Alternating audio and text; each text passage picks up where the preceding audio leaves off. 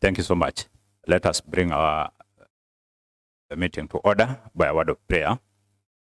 Almighty God, who in your wisdom and goodness have appointed the offices of leaders and the county assemblies for the welfare of the society and the just government of the people, we beseech you to behold with your abundant favor as your servants whom you have been pleased to call to the performance of important tasks in the county. Let your blessings descend upon us here assembled, and grant that we treat and consider all matters that shall come under our deliberations in so a just and a faithful manner as to promote your honor and glory, and to advance the peace and prosperity and welfare of our county and of those whose interest you have committed to our church. Amen.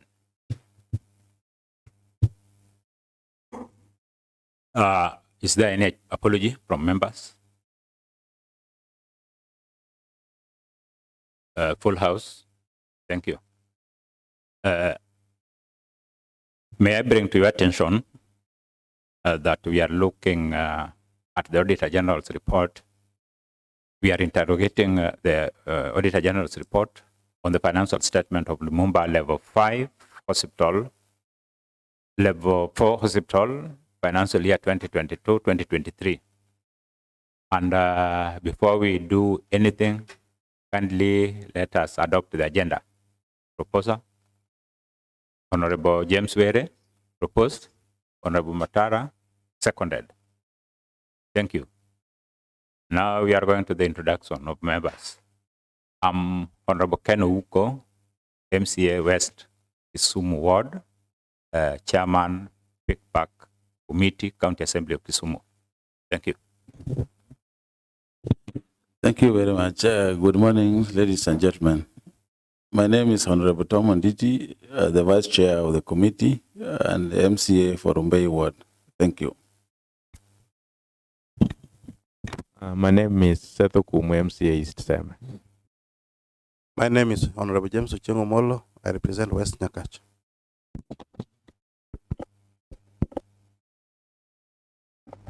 My name is Habilo Mondi Nyasuna, MCA Masoba Nyangoma. Honorable Nancy Matara, nominated MCA, a member of this committee.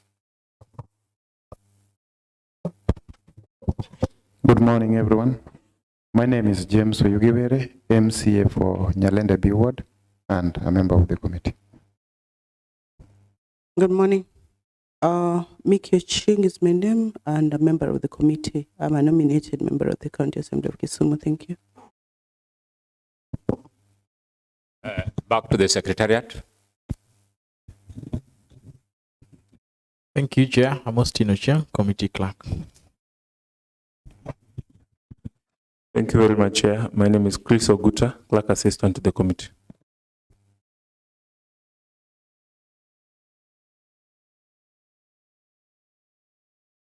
Back to the Office of the Auditor.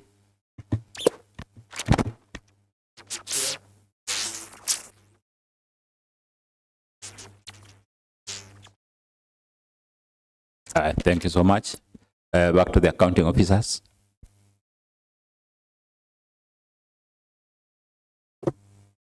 Good morning. I'm Pamela Olilo, Medical Superintendent, Lumumba Sub-County Hospital. Good morning. Samuel Ochi, Administrator, Lumumba Hospital. Yes. Good morning, everyone. My name is Alfred Odhiambo from Lumumba Hospital. I'm the accounts clerk. Thank you so much. Our next item is we want to administer the oath. Sergeant Atam, approach the chair.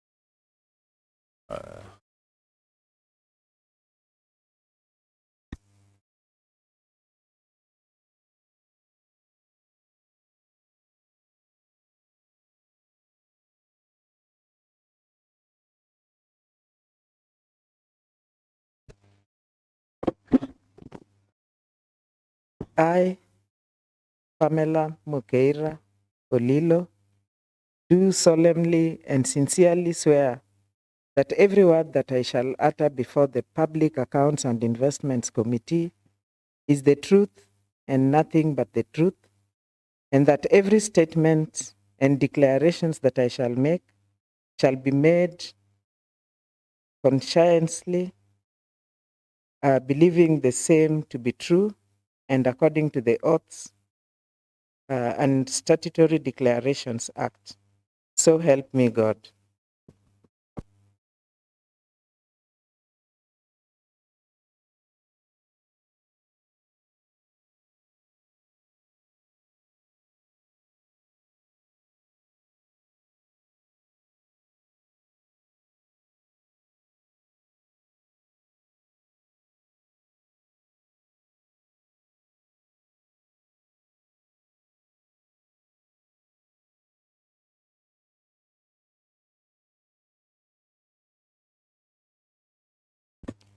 Thank you so much. May I confirm from the clerk of the committee whether they got responses in time? Check and confirm that we received the responses from Lumumba Level 4 Hospital on time. Thank you. May I confirm from the Office of the Data whether they got responses from Lumumba Level 4 Hospital in time? Mr. Chair, we received the responses from the management on 25th September 2024 on time. Thank you. Maybe you can take the floor by indicating what is the auditor's opinion and what informed such kind of decisions. Thank you, Chair. It's a report of the Auditor General on Lumumba Sub-County Level 4 Hospital for the year ended 30th June 2023, County Government of Kisumu. The report on financial statements was a qualified opinion, but it is read together with the report on lawfulness and effectiveness in use of public resources of internal controls, risk management, and governance. The report on financial statements on the basis for the first paragraph, I may read, was unsupported property, plant, and equipment. Roman number 1, that is inaccuracies in property, plant, and equipment. The statement of financial position, let me move because there's a lot of sun.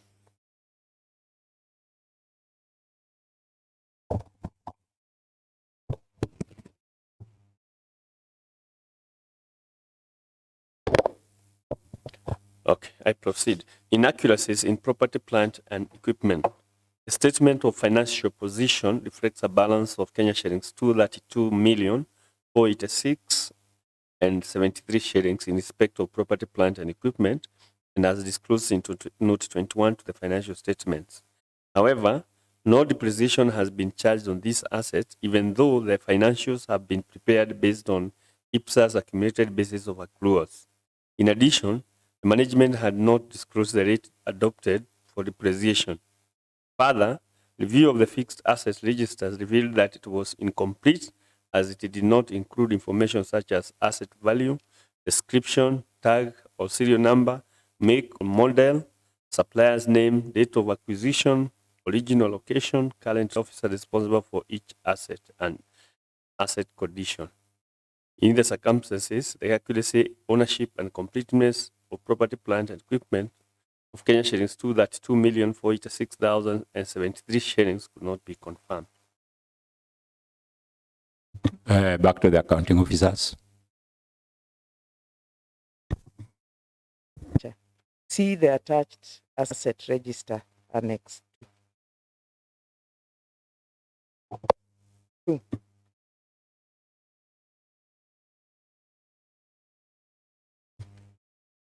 Back to the auditors.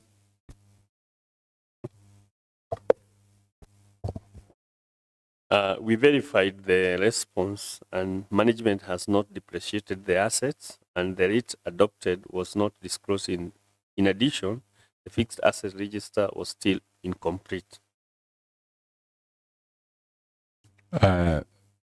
If you have something to say, before I give members, you have something to say?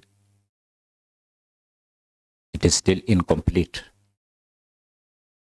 as expected by the auditor.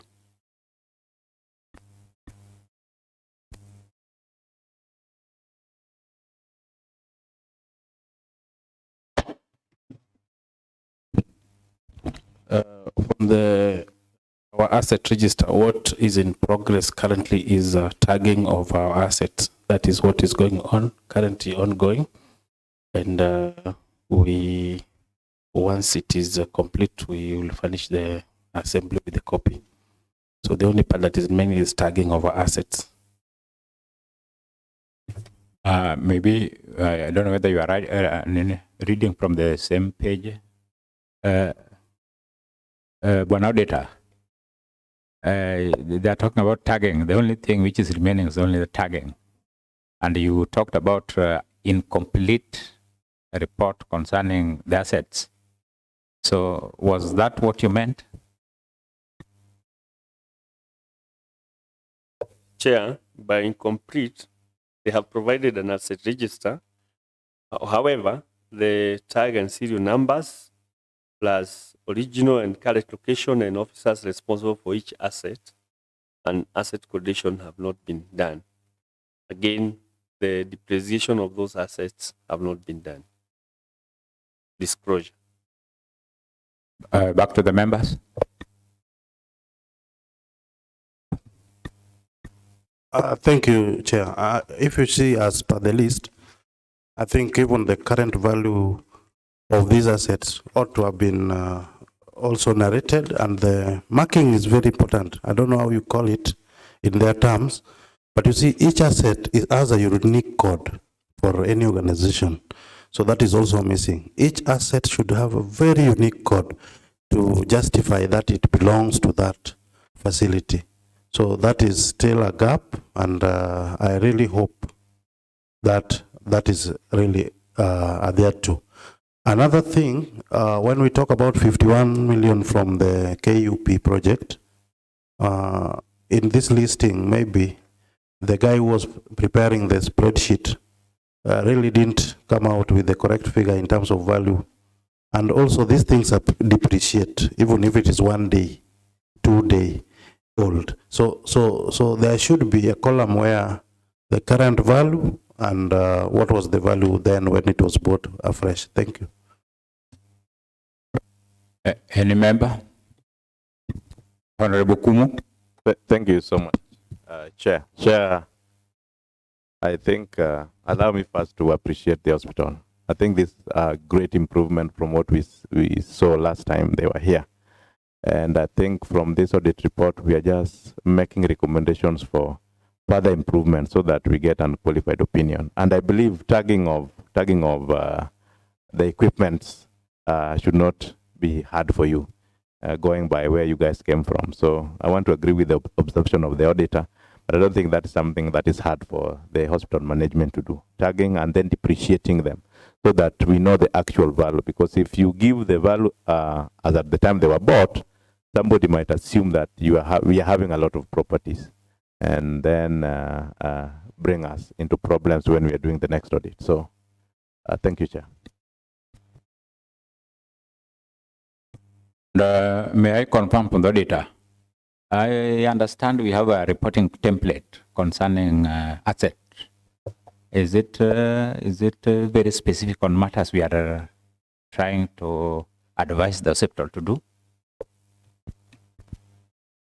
Thank you, Chair. There is a recommended template for reporting on fixed asset register. I think things they need to be followed, despite they have provided the listing. What they are calling the asset register is not in compliance with the template.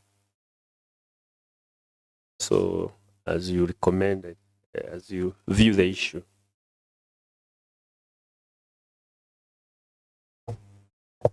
Thank you, Mr. Chair.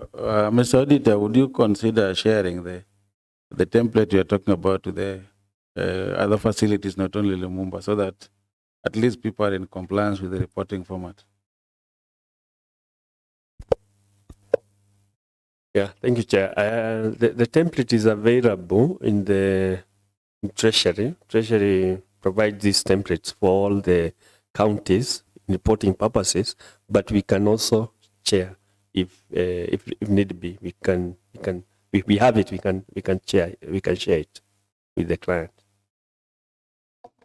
Chair, I believe our accounting officer should know, because we have reporting the templates for all our financial statements. So I think let's leave that to be the responsibility of our accounting officer for the hospital, so that we don't ask the auditor to go and provide them with the template unless we have employed and qualified people.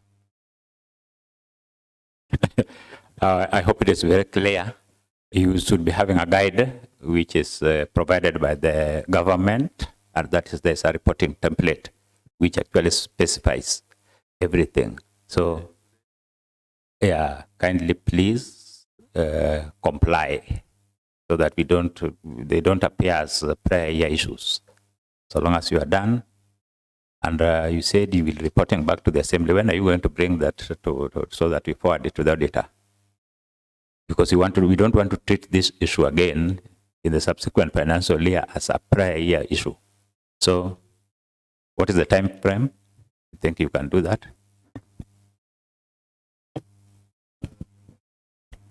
Chair, because of the tagging process going on, I will ask 15 days from now. I suggest we give you 1 month. Thank you. So that you don't fall behind the timeline. Fair enough. Thank you. Next question. Okay. Before we give it back to the auditor. Thank you, Mr. Chair. I also want to join my colleague Setokumu in congratulating the hospital for coming this far. I think, given what you have read from the report, you have done so much that I don't think small things like tagging, getting the values of the current value vis-a-vis the original value as when the properties were acquired is something that should now at least dent your good image that you're building. So this is something that you should pick up and be number one in the list of ranking, which I believe you can do that because you've done so much. So this is something, a challenge that you can pick up. And I'm also sure that even the template the auditor is talking about, you guys must be having it so that at least we are all having formats that all people are moving on the same speed. Otherwise, congratulations. Thank you. Back to the auditor.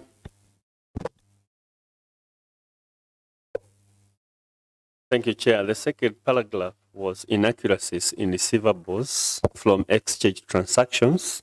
The statement of financial position reflects a balance of Kenya shilling 6,491,371 in respect of to receivables from exchange transactions as disclosed in Note 19A to the financial statements.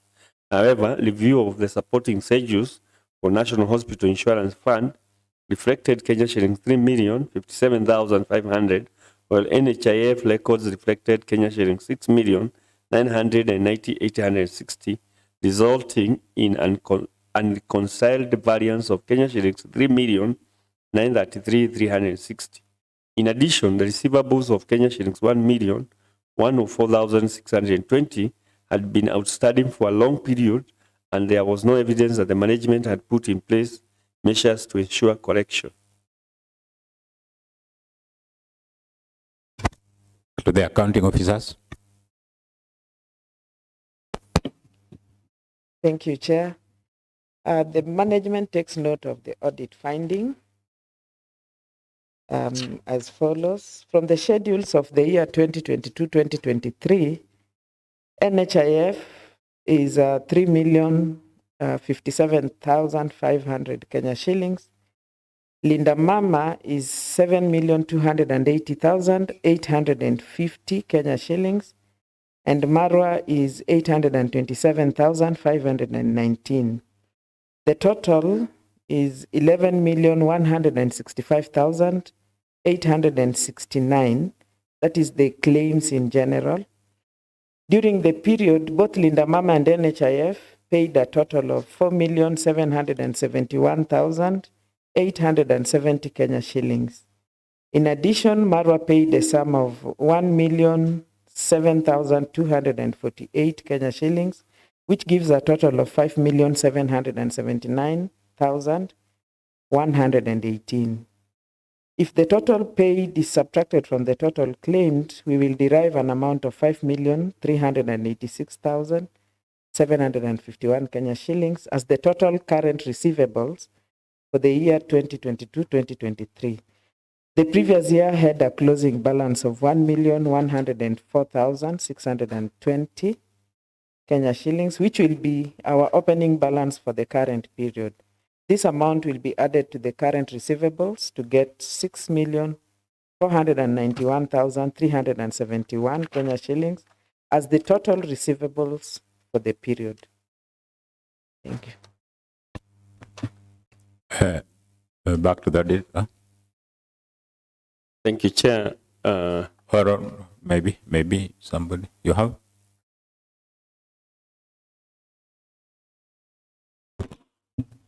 Okay, now if for the second inquiry, there was just an issue with the lack of clarification. Just a minute. Yes. You know, when we are talking about audit queries, Yes. the moment it is raised, Okay. the question is put by the prosecutor, who is the Auditor General. You read your answers the way it was responded, according to what you wrote from your response. Yes. Now, from there, we will give back to the auditors to hear or to react to your response.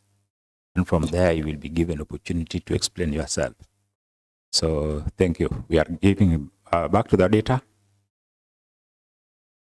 Thank you, Chair. After verification of the response, management has not reconciled the variance of Kenya shillings 3,933,360.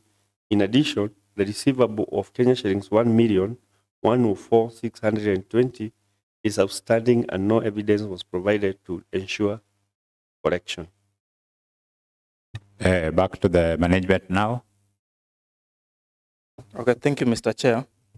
So our issue with the auditors, as I said earlier, was there was a lack of clarification with them that they were not able to understand what we placed in our financial statement. First of all, there are some claims which we got, which we can give out the hard evidences. That is what we printed by then, which are the claims. Now, there's also in the bank statement where we can get what we were paid by that period. Now, as stated, in our financial statement, there is an amount amounting to, that is 6,491,371. That is what is in our financial statement. Now, to give that, so from the schedules, as you can see in 2023, the NHIF was 3,057,500. That is what we received from the NHIF. Now, there is also Linda Mama, which is 7,280,850. No, sorry, these are the claims, yeah? So Marwa also, we got claims of 827,519. We have the evidences if you want. So the total of the claims were 11,165,000. Can you, yes. What have we just said? You have talked about, you have the evidences if you want. Are you addressing the house or you are addressing a gathering in a marketplace? Chair, we apologize for that language. You know, this is a house of order. You don't allow, you know. Now can you give those evidence now? Now we want them. Chair, we apologize for that. We want them now. You know, if you don't give them, we are going to adjourn until you bring them here. Because we are seeing some kind of disrespect to the committee and to the house. So if you don't do that, somebody will propose so that we adjourn until that time. Chair, we apologize. We are in a learning process, Chair. Kindly apologize for that language. Okumu, what would you say? Chair, I think I will also agree that we excuse them so that we proceed with the meeting. Thank you, Chair. Honorable Matara, what would you say?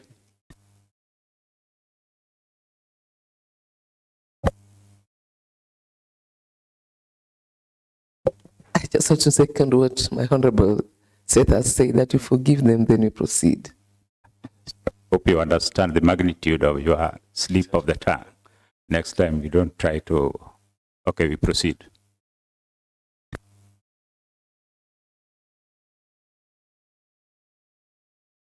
Okay, sorry for my language. So as I was saying, so during the period, so Linda Mama and NHIF reimburses the amounts together, so we can't separate them. So what we got from NHIF, we counted it as plus the Linda Mama. So the total they gave us by that period was 5,779,118. That is as per our bank statements, which you can also verify by that. So if the total paid is separated from the total claimed, we will derive an amount of 5,386,751 as the total current receivables for the year 2022-2023. That is the claimed, which is 11,165,869, and you subtract it from the 5,779,118. So we'll get an amount of 5,386,751. Now that will give us the total amount of receivables for that period. That is for the total financial year, for the financial year. So the previous year had a closing balance of 1,104,620, which now will be added to the 5,386,751. Give us now the total current balance now. Thank you. And maybe before I give back to the members, you have just talked about the auditor did not actually specify submissions when you had the last time you met. Did you attend the exit meeting with the auditor? Because this is where the auditor is actually confirming on what the queries he or she must have sent to you. So did you attend this meeting with the auditor? Because maybe the meeting was not done. This is why you are claiming the auditor was not very specific on what he wanted. And actually is explaining all this. And you are also talking about evidence. Where are the evidence we are talking about? You talk about we can prove, we can prove, we can prove. Now, this is the last chance you have to prove that. Or what is happening? I don't know. I don't understand. You can start with the opening statement he had concerning the auditor.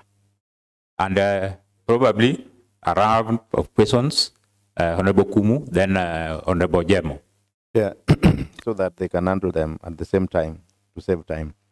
You claimed 827,519 from Marwa, but they paid 1,007,248 above what you claimed.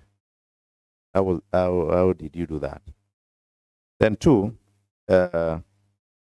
you have separated the claim from Marwa, but you've combined the claim from Linda Mama and NHIF, because we would love to know if you claimed 3,057,000 from NHIF, how much did they pay, so that we know what is left, and the same with Linda Mama.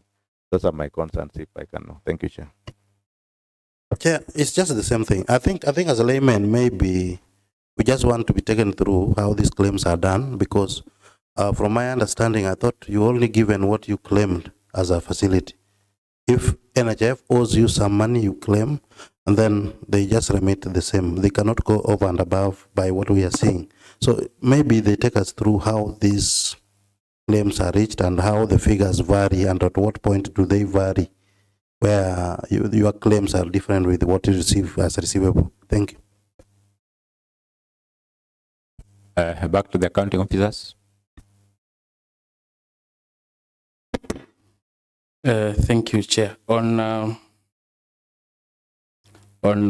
claims process, we've declared a claim of 827. That was a concern from Honorable Seth. That was for the under the year under review. That's what we claim under that year. But cumulatively, you find it could be more if you add to the previous financial year. So that's when the reimbursement comes to 1 million. It is what we claim for that particular period plus the previous years. It is not that we were paid more than what we claim, but cumulatively you'll find the claims might be more than what we claim for that particular period. What we've stated is only a claim for that year under review of 800. Back to the Chair, that is not reflected in this report. I mean, if you claim 827 and you are paid 1 million, that's what you brought for us. If you had other claims before, I think you should have informed them that out of this 190, how much was it? Out of the 1,007,248 that was being paid, 827 was this particular year. Then otherwise was long outstanding, so that it's very clear. Because right now we can conclude that Marwa and Lumumba, I won't finish. have you, Nani, are you sorted out? Honorable Umolo, are you also sorted out? Me, I'm still not sorted. I think it just have to come up clear. Then it only means from his state, someone is on. It only means that the previous year, which was reviewed then, had a deficit for these claims they did the other previous year. Because we found out some money came to this financial year under review, which they didn't receive as receivables for the previous year, which is really, it's not coming out clearly. So I don't know how else they would have declared this, because if that is the case, then we would have restricted ourselves to the 3,057 and 827, because we were very specific from time T to the from 1st June 2022, 1st July 2022 to 30th June 2023, because this is the year under review. Whatever was received, because if there were bank balances, that should be treated as such, bank balances as from the previous year. Thank you. Do you have anything to say?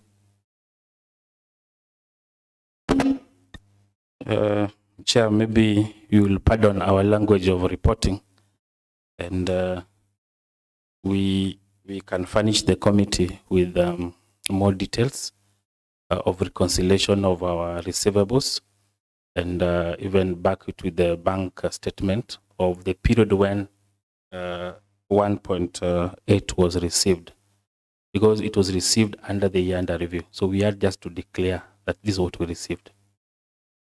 And additionally, I also want to, earlier the auditor had said that effort had not been made on the long outstanding claims from NHIF. We've since written to NHIF. If the committee allows, I can table this as additional information written to NHIF on the outstanding claim, what they owe the hospital, as an effort we've made to ensure that all our claims are paid. Maybe you can confirm the date and the time of audit.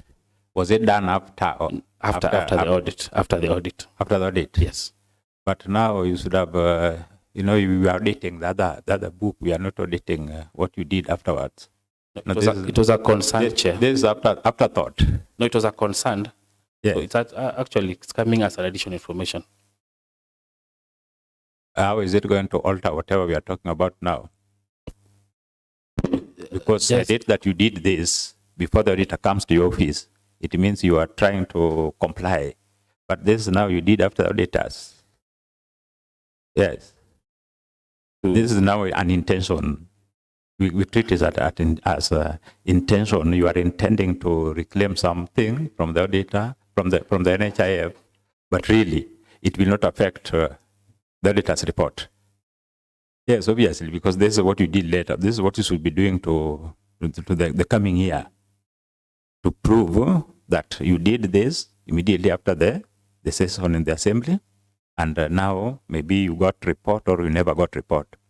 But with this, after the letters, it will not affect anything, unless you did it early and the letter was lost in that archive. Now maybe you retrieved it yesterday. Or how do you see it? Well, Let me acknowledge receiving a receipt, a letter written to the NHIF in regard to 16,694,297. It was done on 1st November 2024. Thank you. We just we'll hand it over to the auditor. So we are giving you time first because you have really improved. Let us give you a benefit of doubt that you have the best record with you and you can prove that the money in question can be explained. So when do you think we can we can get the report? Because we are going to sit down for the report writing, and before we write our report, we should get clear information from you.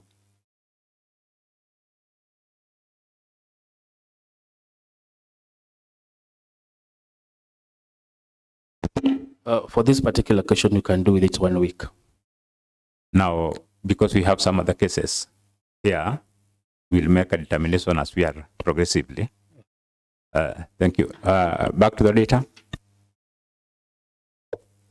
Thank you, Chair. The other issue, paragraph Roman 2, was lack of ownership and valuation documents for land and buildings. The statement of financial position reflects a balance of Kenya shillings 232,486,073 shillings in respect of property, plant, and equipment, and as disclosed in note 31 to the financial statements. The asset schedule provided in support of the assets reflects Kenya shillings 200,569,900 shillings at the nil balance in respect of buildings and land respectively, even though the land is presumed to be having a value. In addition, the title documents provided for audit revealed that the land on which the hospital is built is in the name of the defunct Municipal Council of Kisumu. In addition, the deed plan to show where the property is located and valuation reports were not provided to support the balance of Kenya shillings 200,569,900 on buildings and civil works. In the circumstances, the accuracy and ownership in respect to property, plant, and equipment will not be confirmed. Back to the accounting officers.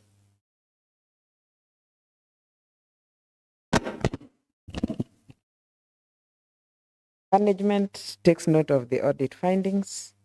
However, we wish to state that the handover of assets by the committee after the beginning of devolution was incomplete and the title transferred to the county government. All assets and liabilities of the defunct municipal council should have been transferred to the county government.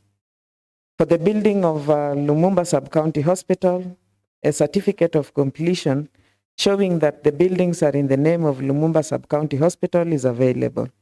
This was funded by the French government through the Kisumu Urban project at a cost of 180,699,674 Kenya shillings. That is in Annex 1. Further, the management has written to the Chief Officer Land, Housing, Physical Planning and Development through Chief Officer Medical Services, Public Health and Sanitation, reference GNLSCH Volume 170, dated 10th July 2024, to help survey the hospital land, to establish the exact boundary, and also help in the acquisition of the title deed. That is in Annex 3. Thank you. Back to the auditors. Thank you, Chair. After the verification of that response, the management has not obtained ownership and valuation documents for the land and buildings.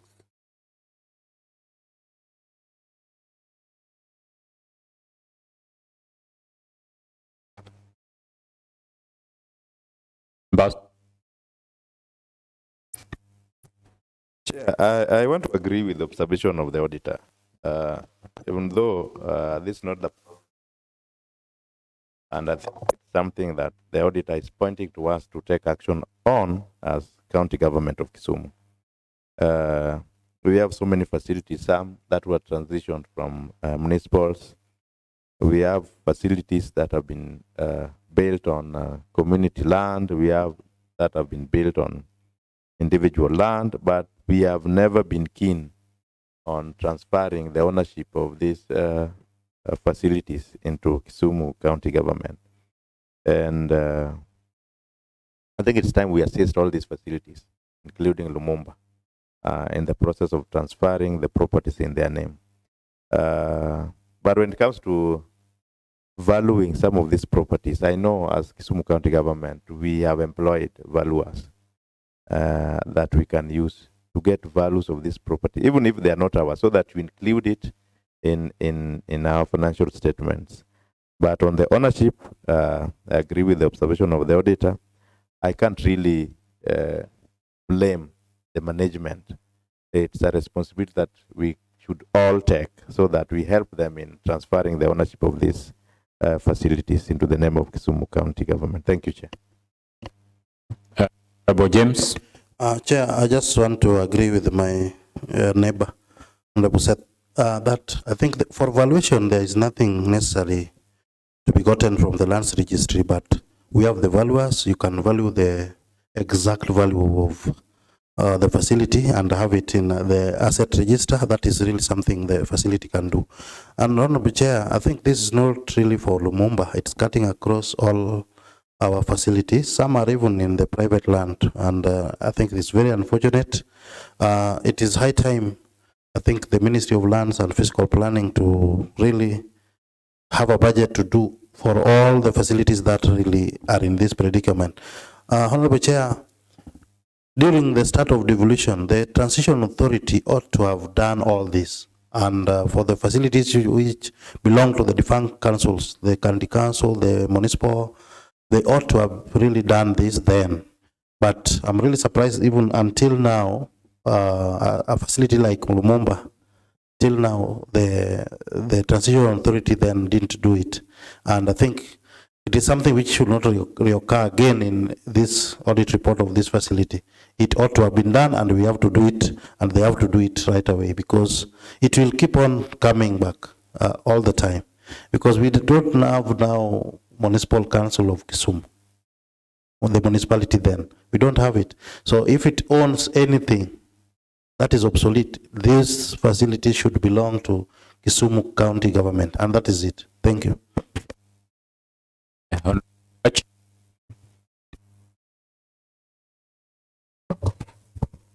Thank you, Chair.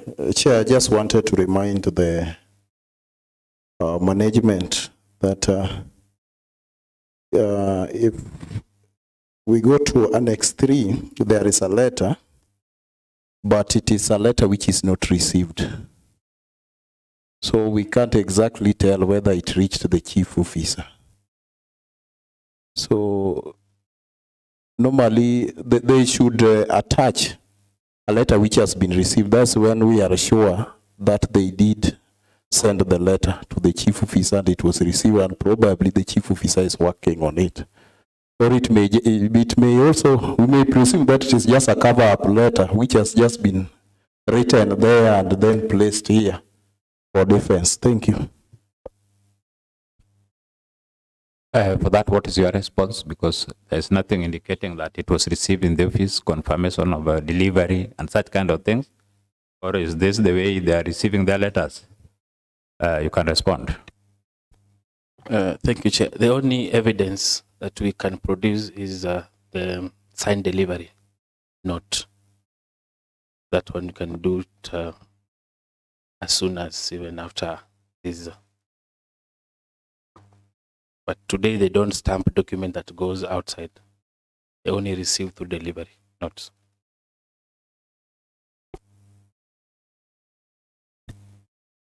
But Chair, the letter, though written to the Chief Officer Lands and Housing, Fiscal Planning, should really have come from, they should have written to the CS so that the CS really dispatch it to the correct department, the Chief Officer Lands.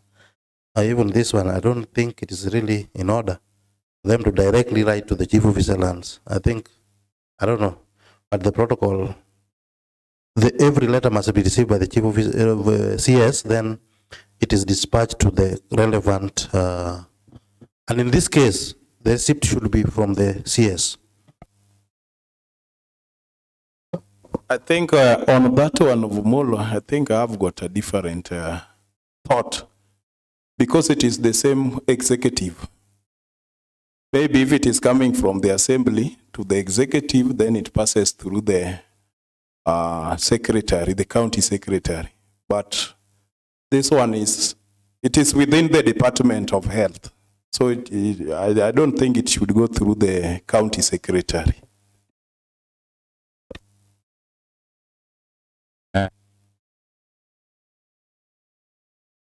Determination on that, but you will have to prove really that through your delivery that you deliver the letter, so that when we make a follow-up, we are sure of what we are doing. Yeah, so the procedure and all those, we'll sort it out within the committee and within the House. We are going to the next question later. Thank you, Chair. Undisclosed furniture, fittings, and office equipment.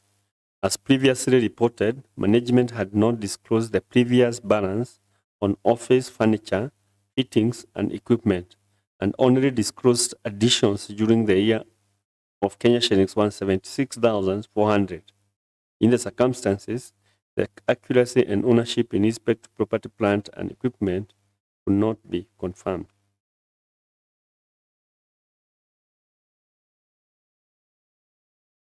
Back to the management. The management takes note of the audit findings. However, we wish to state that we regret and apologize for not availing the list of all furniture, fittings, and equipment for audit at that time. We have since compiled the lists of all hospital furniture, fittings, and office equipment, and it is hereby attached for your consideration. That is in Annex 4.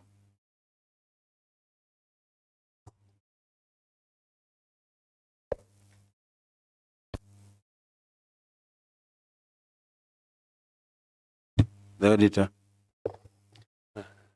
Thank you, Chair. Management has made disclosure of the furniture and office fittings in 2023-2024 financial statements. So the issue is partially addressed. Thank you. Thank you. Any member before we go back to the management?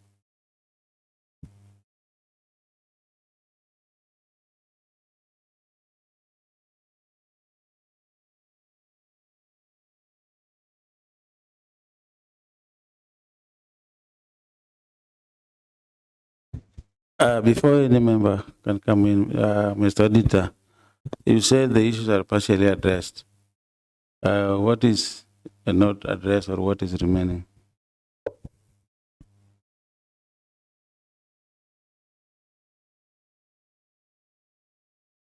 If you check Annex 4, the issue was previous balances that were not reported in the financial year 2022-2023. But in the year 2023-2024, which they have submitted the financial statement for audit, which we are reviewing and auditing, they have disclosed those facts. That's why we are saying in the respective financial year 2022-2023, the issue is still there, but now progressive rate is partially resolved.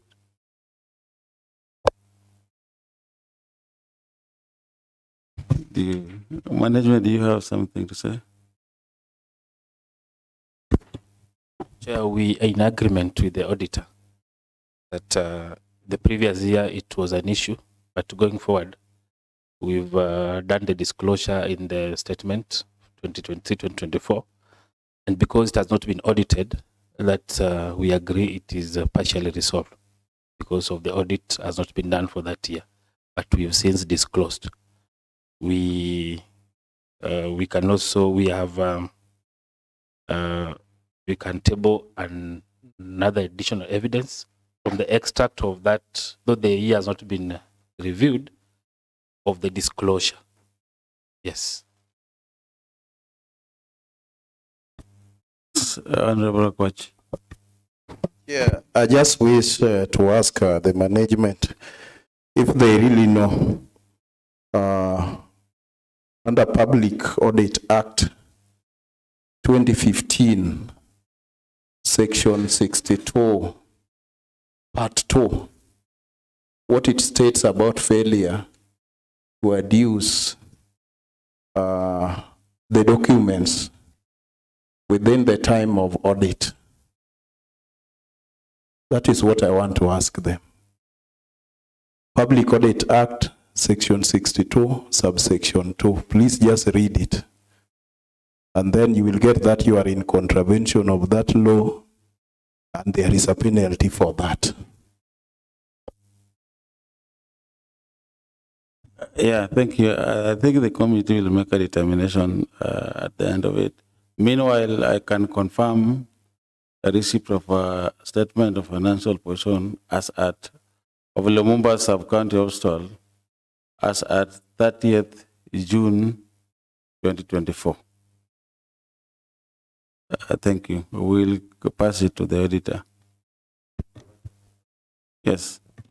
I don't think the management refused to disclose, as claimed by my brother, the Honorable Rakwach. I think the auditor just said that they did not disclose, not refuse to disclose. But now they have disclosed part of the information, and they are willing to disclose the remaining information. So claiming that they have refused, to me, I find a little bit harsh on the management, while they are really, really trying their best to give as much information as possible that is required. And that's why we are here, so that they even give information that they didn't give out then. Thank you, Chair. Thank you, Chair. I just want to clear my name, Honorable Sir.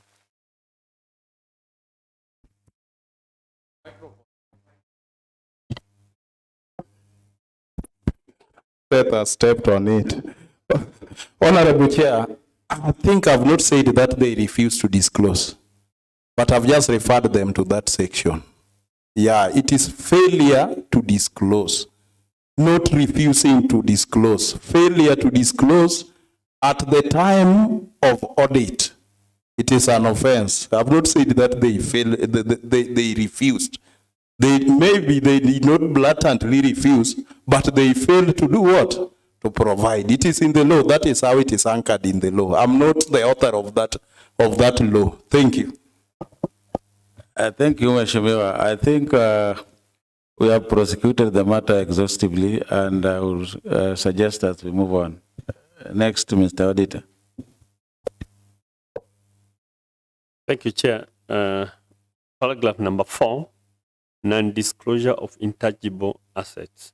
The statement of financial position does not reflect any balance in respect to intangible assets. However, review of the system in place revealed that the hospital had a billing system, Pansoft, whose value was unknown and which management had not disclosed under intangible assets in the financial statement.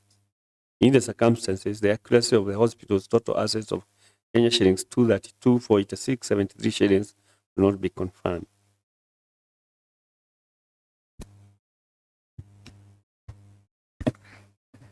Thank you, Chair. We wish to state that the billing system, that is Fansoft, was inherited from the national government, and the handing over of assets by the transition committee after the beginning of devolution was incomplete. However, going forward, we have listed the billing system, that is Fansoft, in our asset register, awaiting the evaluation. See attached asset register Annex 1. Thank you. Thank you. Mr. Auditor. Thank you, Chair. Management has not made a disclosure of intangibles assets in the financial statement. The issue is still not addressed.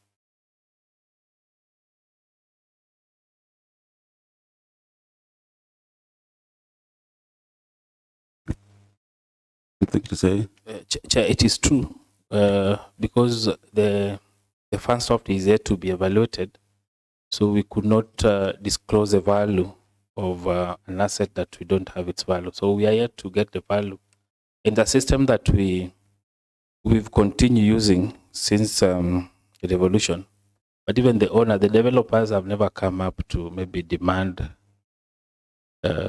So we've continued using, but we are waiting for. We've communicated the same to the department to help in evaluating the billing system. But we've just listed in our asset as one of the assets. Thank you, Chair.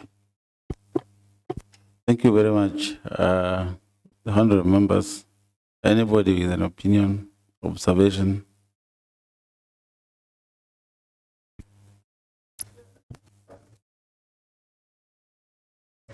Assets, did they have that they did not disclose the value?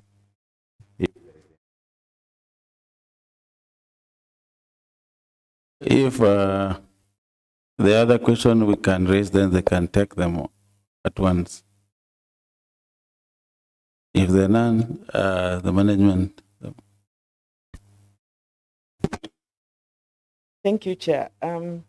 We do not have any other intangible asset that we know of. Maybe the one, because now the hospital is going facility-wide DMR, maybe, and that one we started in this financial year, so maybe later. Thank you.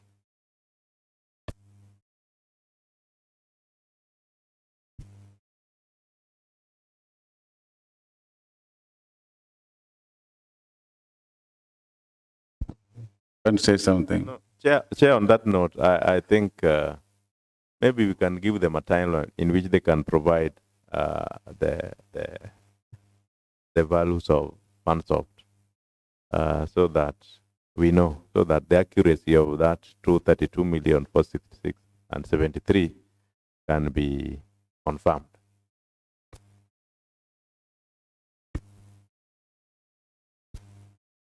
Possible. Yeah, it's something that we cannot commit as at now, because we've even tried to discuss up to with the CEC, but it has not been easy. Yes. To handle it. So we may not be able to commit because we'll not be able to give that as at now. Thank you. Can we move to the next, Mr. Auditor? Thank you, Chair. The paragraph number 5 is long outstanding payables. The statement of financial position reflects a balance of Kenya shillings 15,840,205 shillings in respect of trade and other payables.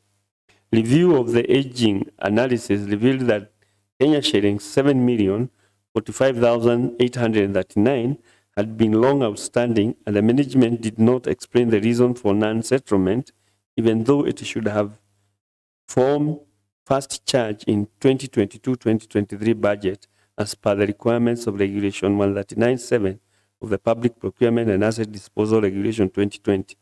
In addition, the trade and other payables include payroll, deductions of Kenya shillings 55,800,000 and Kenya shillings 70,000 from National Social Security Fund and National Hospital Insurance Fund, respectively, which have not been remitted.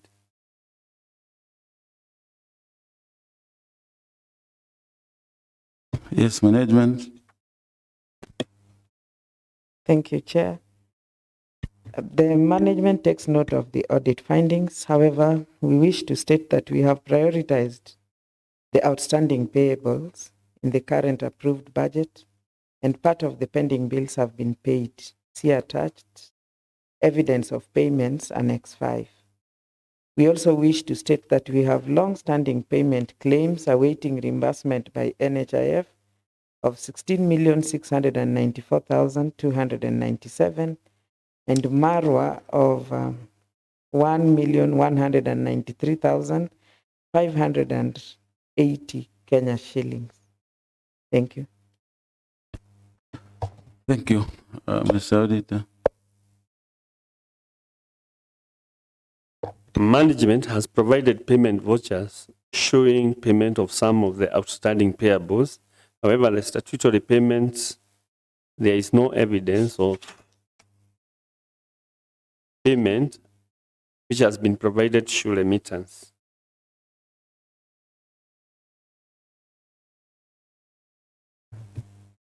Yes. Yeah, I just on statutory payments. I think that's NSSF, NHIF, that you could not provide evidence that you paid for the same. How is that possible? I think that's, to me, that's very key, because that's where our staff also get health covers. And, you know, NSSF is part of their savings when they retire. But it seems you guys are not remitting. What do they say about that, Chair? Yes, management. We do remit. It's only that maybe we didn't put the evidences. They are available, so we can actually provide those evidences as immediately as it's possible. I think that is part of what Mheshimiwa Rakwach was talking about, that failure to disclose information at the right time sometimes looks deliberately. Somebody can begin to make conclusions that are would have not been really good for the facility.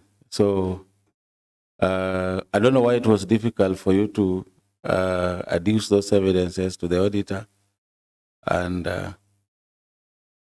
yet you said they are available.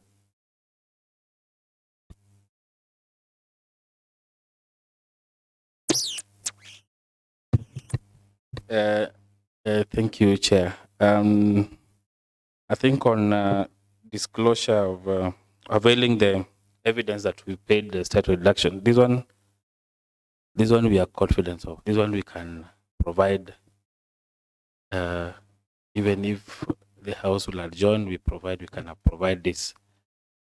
This one is available. This one we have. On this one, we are sure. This one, just an omission. But we want to ask for apology. I think what probably we didn't understand on our side, we also got arrears in payment of salaries for casuals. And you see, we only pay state reduction after paying of, so that was our understanding. And because we also have arrears in payment of salaries, we've not paid the state reduction for some period. But for the ones we paid, this one we can provide the evidence. Chair, it is hard to believe the management, because remember this was 2022-2023 financial year. That was gone. We have had 2023-2024, which also came to an end by 30th June this year. Now we are in 2024-2025. With the response from the management, does the management say that they have salaries arrears of 2022-2023 financial year, which have not been paid to date?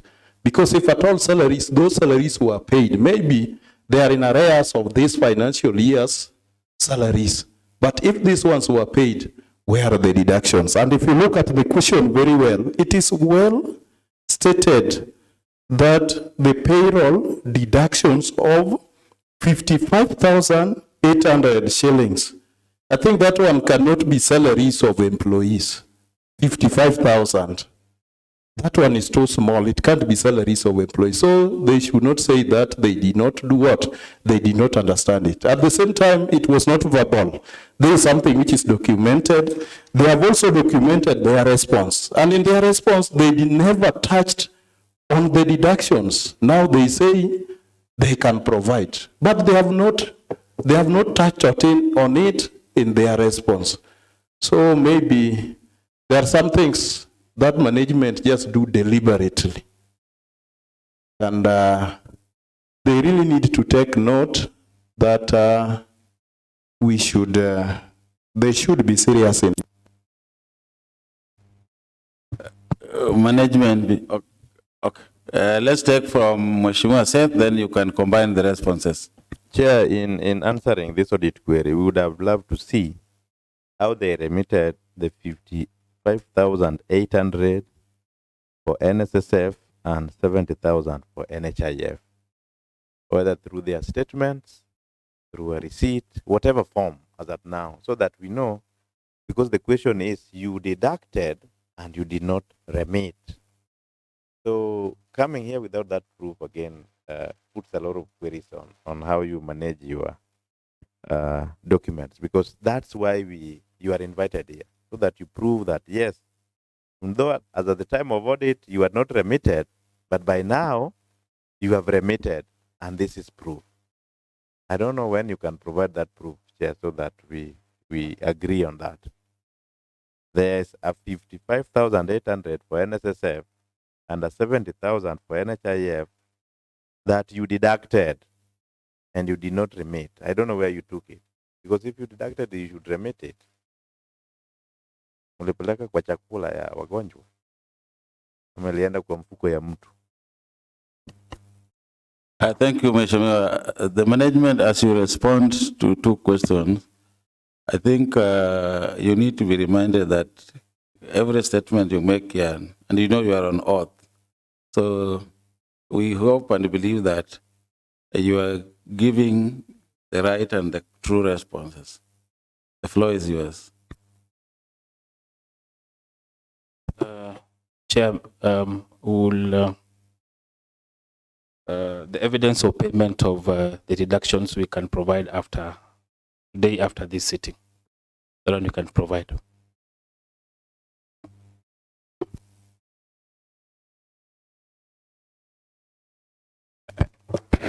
This last one for me, Honorable Chair, there is a statement here that the review of aging analysis revealed that 7,045,839 had been long outstanding and the management did not explain the reason of that non-settlement. I'm asking, is there any favoritism as far as payment is concerned? Why was this one outstanding? Does it mean that it was just left there and others which were following were being paid? What is the reason for that? Is there any favoritism?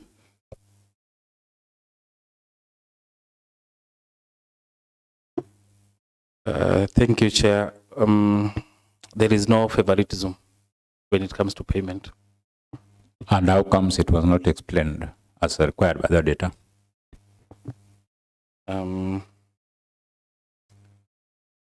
Remember, Chair, there was a period when we were under UHC piloting.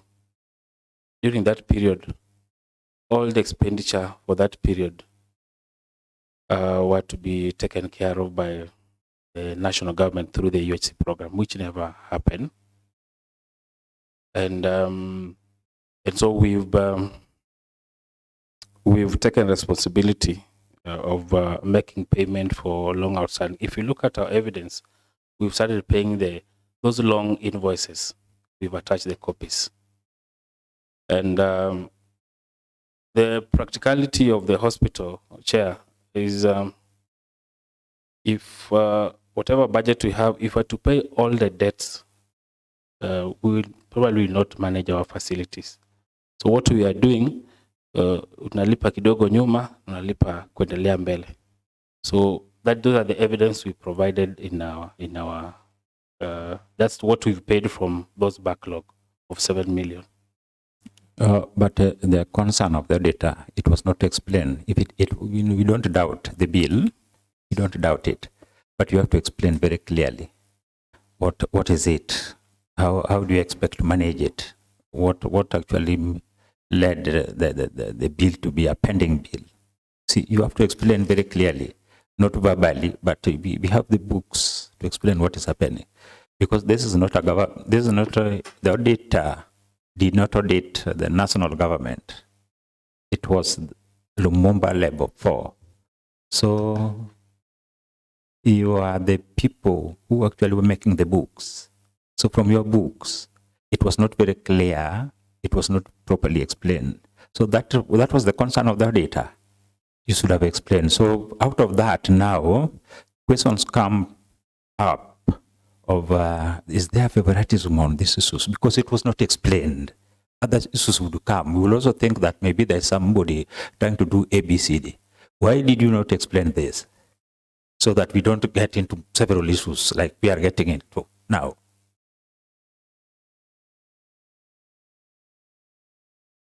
So you need to come up with the explanation of these issues so that they don't. Otherwise, it is going to be a prior year issue. We'll be asking you again, and you will not have anything to say. Yeah, like for example, what you are saying that during the piloting of the UHC, it is in the public knowledge that the piloting was supposed to be taken care of by the national government. In your response, you are saying the government is not meet its obligation, and therefore you took up the matter as the facility, which could be true. But the fact that it is not documented, not explained to the auditor, it is very easy to say to be concluded the other way around. So we are not saying you did not do that, but then you should tell people, make people believe, because you will not meet each and everybody to tell them the story. But by documenting the story, everybody will know. So I think it is important to document some of these things so that they get you off the hook. Otherwise, you will carry the burden that ordinarily you should have not carried. Thank you.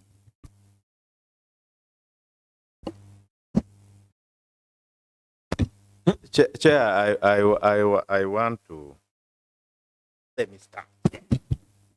Chair, I have heard the submission of the admin. You know, when suppliers provide us with goods in 2022, 2023, and then all we can say is that we have prioritized them in 2024, 2025, I know it's very unfair. It's very, very unfair. You might think it's easy because maybe you are assured of salary. But if you talk to those people, where they get the money to provide us with those goods and how long it takes for us to pay them, I think it's something that we need to improve on. So, and I think that's why it was mentioned that pending bills be a fast charge in the next financial year. So the auditor is saying that in 2022, 2023, you had pending bills that did not form a fast charge. And the reason we're making it a fast charge is somebody has supplied you with goods, but you are taking too long to pay them. And they are recommending that when you get a budget and funding in the next financial year, you make them a priority because they have served us. So I think this you need to address very, very fast in the interest of the suppliers that we have in the county, so that we don't really, I mean, people lose property, people lose lives, people lose their families because of what you just said, that now unalipa kidogo kidogo, and yet this somebody supplied. I think there are things that we need to talk about so that we find ways of addressing pending bills. Some of those pending bills we create by ourselves. You know you don't have money, but you're telling a supplier, please go ahead and repair this building. And then when it comes to payment, now you tell them you don't have money. Some of the things that we need to avoid. So, Chair, in addressing this issue, I think, one, we need to not create any more pending bills, work within our budgets that we have proposed and are funded, and two, should the supplier give us goods or services, please let's make them a priority in the next budget. But on this one of 55,800 and 70,000, let's agree that you provide proof that you paid, because those are our employees. They also need services from NHIF. Now I don't know SHA, SHE, SHU, and and they need their savings when they are old. Thank you. Okay.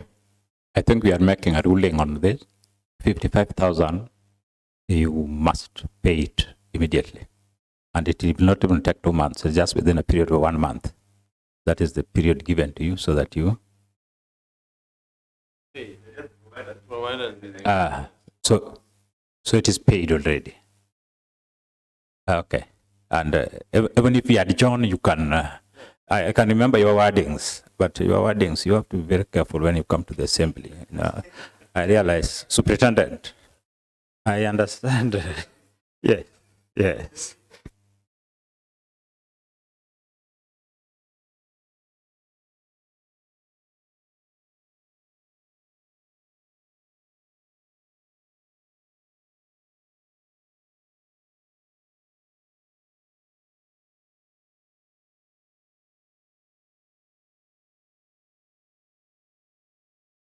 I was on other issues.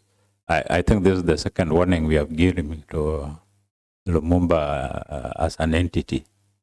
Kindly use humble language when you are before the committee. We will also be very humble to you. I think you can see, you have never seen any member acting arrogantly towards you. So do the same when you are dealing with the members.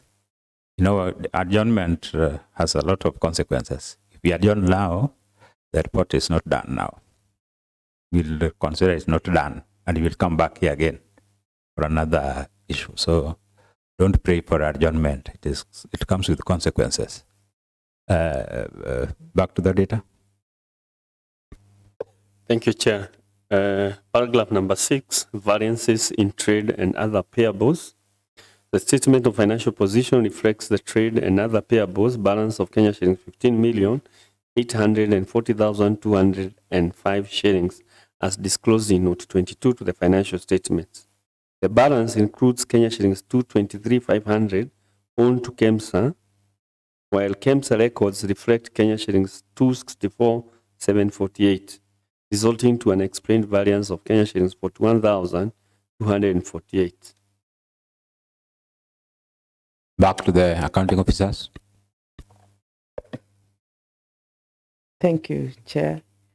We take note of the audit findings. We had not reconciled our list of payables at the time of the audit. We have since reconciled the list as in the attached KEMSA inclusive.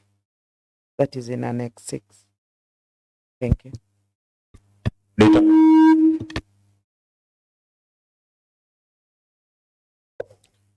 Thank you, Chair. Management has provided a list of payables as at 30th June 2024, showing KEMSA owned Kenya shillings 713,252 shillings. However, the variance noted of Kenya shillings 41,248 has not been reconciled.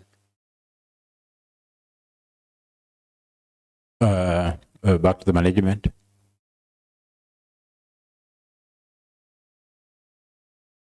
Contrary to what you have provided, there are some issues with auditors.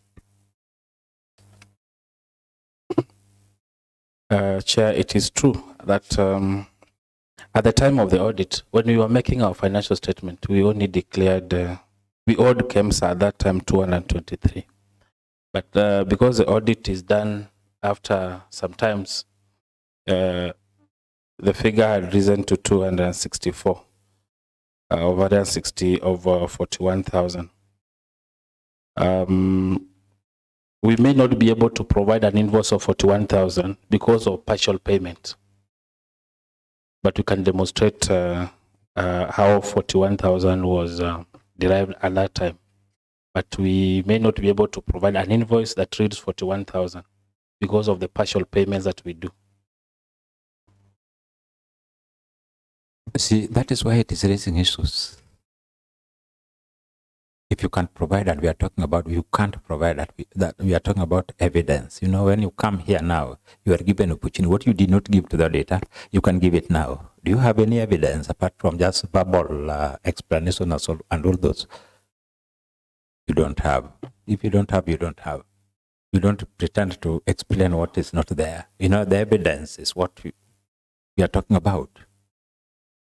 Maybe you can ask the KEMSA to provide maybe a statement of payment from the end that reads 264 and reconcile with hours of 223 given time, Chair. But admin, do you need to come here and talk about that here? That is what you should have done. And come here with such kind of nini. We have a statement from the KEMSA to justify this. You don't need to tell us that you need to go. That is your work. Our work is now to get evidence on issues raised by the auditor. Final. And if you don't have that, you're explaining what you should have done, and you are given time. You had the exit meeting. Admin, see, that one now you are, so see, kazi ya superintendent, hizo ni zenyu bwana. So the matter is not solved. Resolved, I mean. Next question. And we need may I make a clarification on this? We need a justification on that. You know what you should be doing to justify what you are talking about. That is what we need. Hakuna kitu ingine. So when 1 week? 1 week, fair enough. Okay, we are giving you 1 week. Back to the data. Thank you, Chair. The basis for qualified opinion issues adds there, but there is emphasis of matter under budgetary control and performance, where the statement of comparative budget and actual amounts reflects final receipts, budget, and actual on a comparable basis of Kenya shillings 18,539,318 and Kenya shillings 15,762,846 respectively, resulting to another funding of Kenya shillings 2,776,472 or 15% of the budget. Similarly, the hospital spent Kenya shillings 12,635,401 against actual receipts of Kenya shillings 15,762,000, resulting to underutilization of Kenya shillings 3,127,445 or 20% of the receipts. The underfunding and underutilization affected the planned activities and may have impacted negatively on service delivery to the public. My opinion is not modified in respect of this matter. Back to the accounting officers. Thank you, Chair. The management takes note of the audit findings. We wish to state as follows. The year under review, 2022-2023, the facility had an annual budget projection of 18,539,318 Kenya shillings. The annual revenue collected in the financial year 2022-2023 was 15,762,846 Kenya shillings, with a negative balance of 2,776,472. The expenditure is as the hospital spent 12,635,401 Kenya shillings, and Kisumu City Public Health spent 3,127,445 Kenya shillings, totaling to 15,762,846. That's no underutilization of funds. Thank you. Back to the data. The issue of underutilization have been addressed, but the activities of the facilities will not be undertaken, was not undertaken due to the underfunding in the budget. Back, what can you say?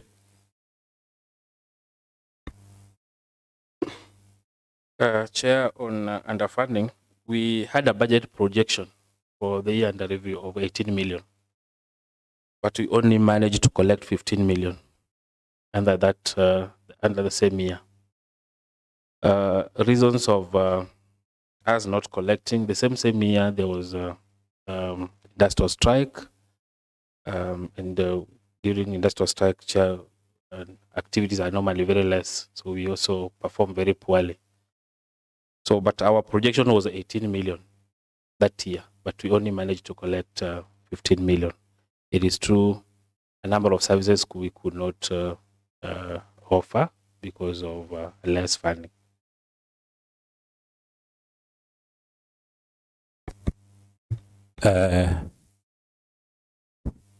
Is that, Bernadette, is that allowed for somebody to peg the budget on the projections, which are termed as over projection?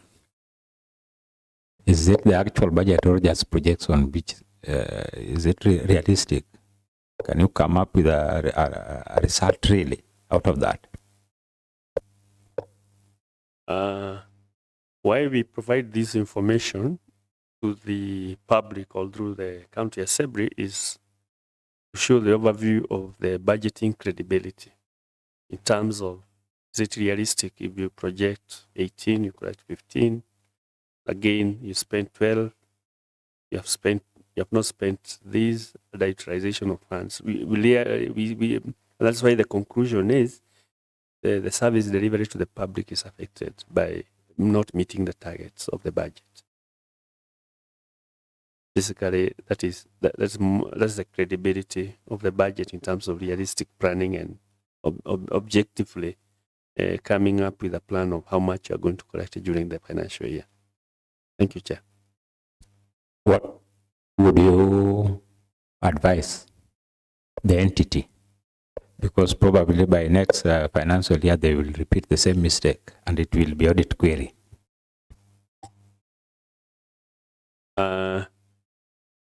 What I would advise is one, to invest in training in terms of the people who come up with their budgets, and the management to invest in terms of capacity building, in terms of budget, so that they're able to objectively come up with an objective budget. What about having an internal control mechanism? Is that going to help them? Because really, they are unable to attain what they projected now. On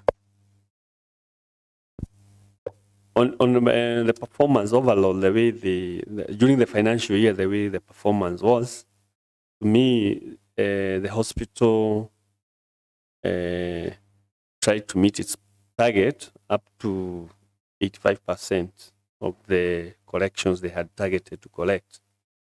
But more effort in terms of seeding maybe the loopholes where the targets miss. Like, you find most hospitals, when they are giving waivers, they don't follow the due process. So I think they need to strengthen the internal controls in terms of, like, when they are giving waivers, so that one affects the corrections. Sometimes also this problem emanates from maybe releasing patients without paying due to requests from various quarters. So they need to revisit those activities that make them not to meet their projections. Thank you.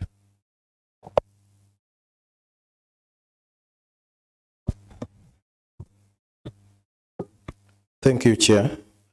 Yeah, mine is just to ask about the supporting documents for this expenditure of 3,127,445, which has been reported here to have been spent by the Kisumu City Public Health.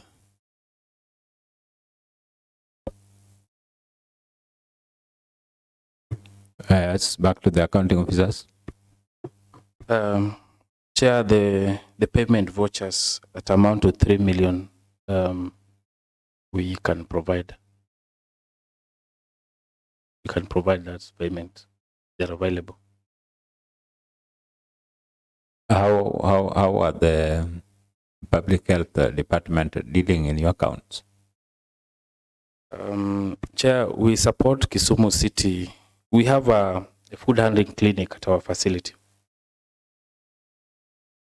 And we support them. All their collections finally terminate into our bank account at the end of every quarter.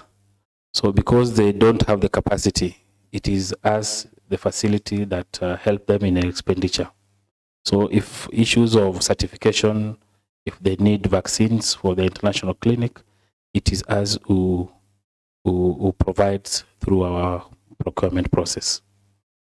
So then they don't have the capacity. Only one public health officer at the facility handling food handling clinic. So being the hospital set up as we have the capacity, so we were allowed to support them in their expenditure. Invoices and all those? The invoices are available. Okay. Yes. For the sake of the house, maybe it was not an audit query, but we need to verify. It is a request by members that we see the supportive documents concerning that. And just before that, maybe, Honorable Akwach, you have something? Yeah, I just wanted to remind you that it was an audit query because the auditor, I think, flagged it that of the 15 million that were collected, only 12,635,401 was utilized. And that is what brought about the query of underutilization. Then they have responded that the 3 million was spent by the Kisumu City Public Health. So by them reporting, they should bring the supporting documents to show that the 3 million was really utilized by the Kisumu City Public Health. I think that is when the matter shall be resolved. Thank you. While guided by the member, we need such supportive documents to confirm what we are talking about. So it is just 1 week, because those are what you have. We are giving 1 week. Within that 1 week, there will be a firework within your department so that you present the documents. Okay. Remember? Yeah. Chair, I just have a question. I don't know whether the management went through the report after the auditor had given them the response, so that they would have carried all these documents together instead of postponing 1 week, 1 month, 1 week, 1 month. I don't know. He's talking about the exit meeting which you held with the auditor, and this would have informed availing all these documents to the assembly at this time, because you are given a lifeline. Today you can surrender some, but is wondering aloud at the same time, talking clearly that why did you have to, if it was flagged, why did you have to wait until now you come here, you give you another date and all that thing? You can respond to that. Why? Chair, as earlier you had guided, allow us to provide this within 1 week. No, the question is asking a question there. Why did you have to wait until now you come here, you talk about 1 week again, and you had exit meeting with the data, and these matters were raised? Pardon, Chair, you'll pardon us on that. So we'll have to make a decision on you people, although you have improved, but that does not give you the leeway to just ignore the signals of what are expected of you. So kindly please, next time, comply. Back to the data. Thank you, Chair. The other observation is under other matter in the report of the Auditor General, unresolved prior year matters. In the audit of the previous year, several issues were raised under the report of financial statements and report on lawfulness and effectiveness in use of public resources, and report on effectiveness on internal controls, risk management, and governance. Even though management indicates the issues as resolved, the evidence of resolution has not been provided.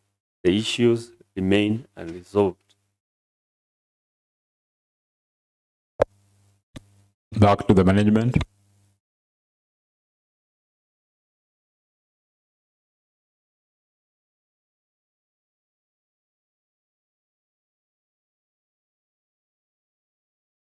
The management takes note of the findings. However, we wish to state that we have since requested the Chief Officer, Finance and Economic Planning through Chief Officer Medical Services, Public Health and Sanitation for the authority to open a facility improvement fund account. Attached letter reference GNLSCH Volume 171 dated 10th July 2024, Annex 7. Back to the data.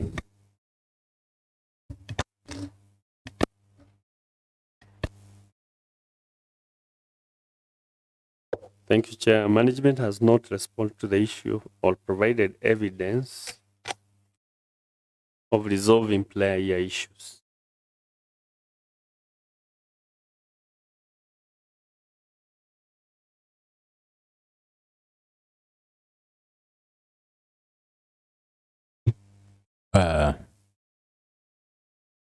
You are doing it contrary. Somebody must be. The auditor is talking about you have never done what is expected of you. And you also claim to have done something. Whom do you believe? Chair, the authority to open a bank account rests with the Chief Officer of Finance and Economic Planning. And the effort we made as a facility is to write a request letter through our department of the same. So we are also waiting for the response from after our communication. When did you do it? The date of your letter? This was done in July. Which July? July 2024. On 10th. And when were you here last? Can you remember when you were here last? When you appeared before the committee? Is it 1 year ago? Could be, Chair. It's like you have taken only sometimes until July, or now you are doing your paperwork? It's not for the purpose of appearing. It was not done for the purpose of appearing. Yes. Because these are recommendations given before, sometimes back, and some of the resolutions were passed in the assembly. It is true, Chair. Even our communication came much earlier before the audit report was out.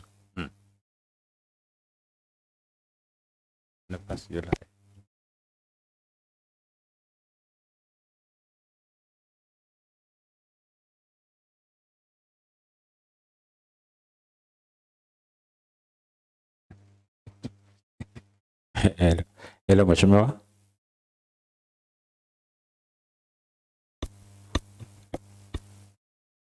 My concern, the letter is dated 10th of July, 2024. Do you have a follow-up letter? Because now we are in November. If there's no response from the finance department, thank you, or the department, whatever you're talking about. That's like the issue raised by Honorable Ruben Rakwach over this letter. I hope this one also you have evidence through the, what do you call it, delivery note, that if not, then it can still be misconstrued to mean that this letter was just, because even today you can write a letter and date it 10th July. Yet you write it today. Yes. To add that to my concern is that the letters are dated the same day. The one that was brought for that was written to the Chief Officer, Lands Planning and Development, was dated 10th, and the other one is also 10th. I don't know whether it's a cover up so that they would show that they were doing this, or I don't know.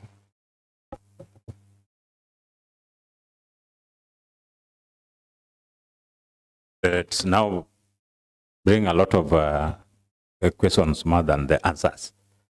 Because, when we see things happening differently, when you bring letters to the assembly, there's a delivery note.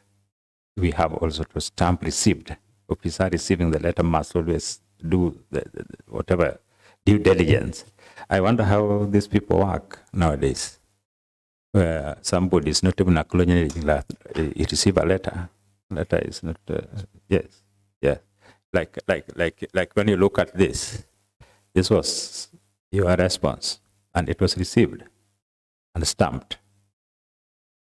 This we are in official meetings and official engagements, and we fail to understand where somebody is not acknowledging receiving letters, but only relying on delivery note.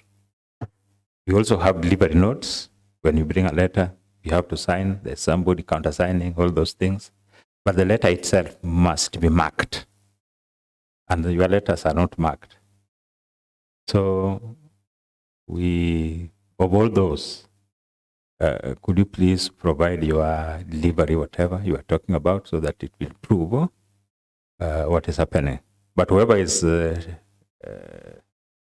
taking your letters to officers, kindly please, we insist that we need those people must acknowledge through the letter that. So kindly, when you present a letter to such kind of officers, next time when you come here, let them do what is expected, so that we know it is really delivered. Honorable request. I also want to pose a question. That was the management aware of this act, this Kisumu County Health Facilities Improvement Fund Act of 2021, which required them to have an improvement account. Remember, it was an act of 2021, and your letter is being dated 2024. That is 3 years down the line. At the same time, the letter that you receive from the office of the auditor, as per your letter, the letter that you are the authors, was dated 24th May 2024. Did you view this auditor general's letter as an urgent issue? Because it was issued and then you acted 1.5 months down the line, around 45 days, while the act had been in place for 3 years. Do you think what we pass in the assembly, we just pass them for joke, or they are supposed to be implemented to help improve our facilities? Yes, thank you, Chair. You can respond to that.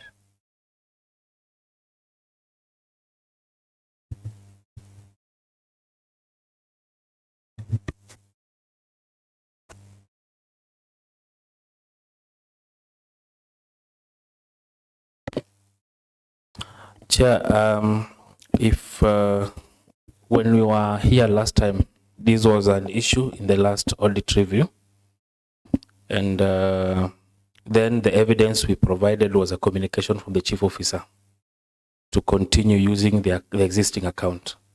And the recommendation of the assembly was that the department should not issue a contrary guidance from what the act says. And so that was the recommendation of the assembly. Then in our effort, we now did a letter to the chief officer, finance, through our chief officer, to help us on this matter. Because again, as a facility, we cannot, we don't have that authority just to walk into a bank and open a bank account. We must be given an authority, and the authority it lies with the chief officer finance. So yes, it was an issue last time, and in our response this time, the only effort we've made is just to seek an authority. And two, I also want to say that we are yet to do a follow-up letter since we did this one, but we've had discussions with the department, yet there is some laxity. So it is a matter that the assembly can help us. But the act is very clear. The act is more than even the CEC, more than even a member of the county assembly who is the chair of Picpac. That is law. Can't go contrary to the law. And the purpose for the act was to make the facilities sustainable. You can plow back what you get, then now you manage yourself. Now, in the absence of all those, how can you disband yourself? Because I did that you did all those things. Now there's an audit queries concerning the use of money. It is the act which actually gave you the powers to use the money. Now, if you can't have an account and you are claiming to be dealing according to the act, how do you handle that? And it was a requirement. So such kind of directives, we said we don't need such kind of directives. We have to follow the act as it is stated very clear. So I did that you came here and somebody wanted to deal with you. You can deal with such kind of person because now he's trying to contravene the act. The act is even more than the governor because governors come, go, but the act will remain. So kindly please follow what is expected in the act. If somebody is ready to victimize you, report to the assembly because that is the directive. We are talking about audit queries and you know what audit queries is. You are an entity now. When you mess up the hospital, don't expect the chief to come to help you. You will answer that question yourself. So it has to be very clear. You are an entity audited separately from the department. So take note of that. It is very important for you. Thank you, Mr. Chair. Mr. Chair, I recognize a lot of progress that has been made by Lumumba. However, my advice would be you guys need to cover your back. You're doing good things, but someone who is mischievous can nail you down because of lack of following the law. Somebody would be wondering why 3 years down the lane, after the act has been enacted, is when you think about writing the letter.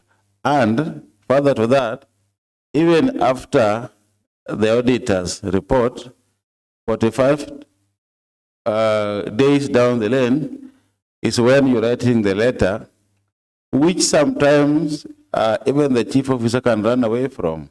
Because I'm not very sure that the executive arm of the county government of Kisumu stopped using the rubber stamp to authenticate that the letter was indeed received by them. And even no follow-up letter to show that. Because you guys, you are now a semi-autonomous entity. And that's why you are being audited on your own. So you guys need to die with the law so that you are safe. Otherwise, even the so-called chief officers and the rest can jump the gun and leave you to be fried on your own. So I think you need to take note of this and do follow the due process so that you guys are safe.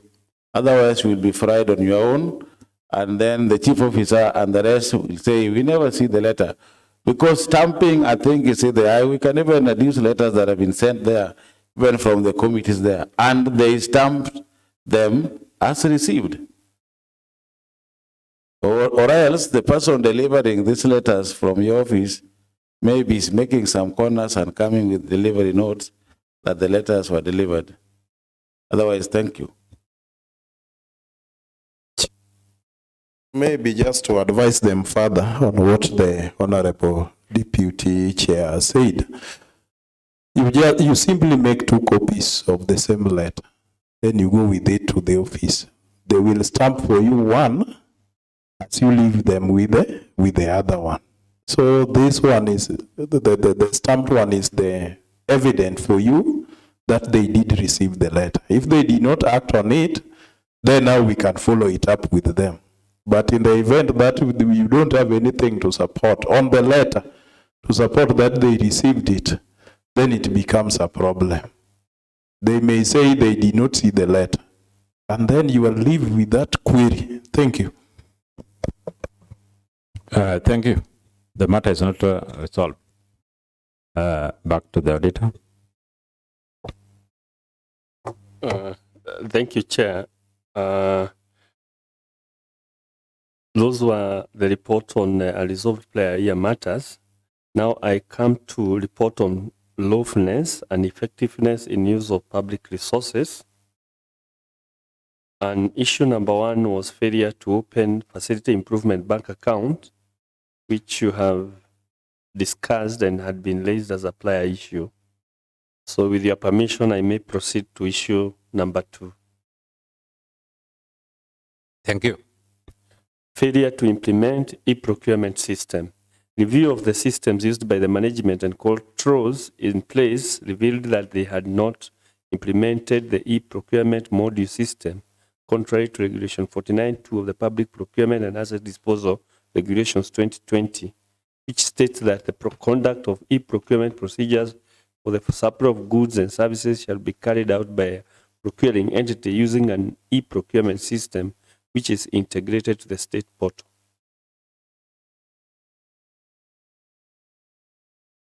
Back to the accounting officers. Thank you, Chair. The Kisumu County Facility Improvement Fund Act 1 envisaged the management of finances as a fund. The IFMI system had not been rolled out to the health facilities during the audit period. The management is in the process of establishing a financial management system in line with the new National Facility Improvement Fund Act 2023. Thank you. Back to the data. Management has not implemented the e-procurement system. The answer from the data is just confirmation of you not doing that. And it is a necessity, it's a requirement. What do you say?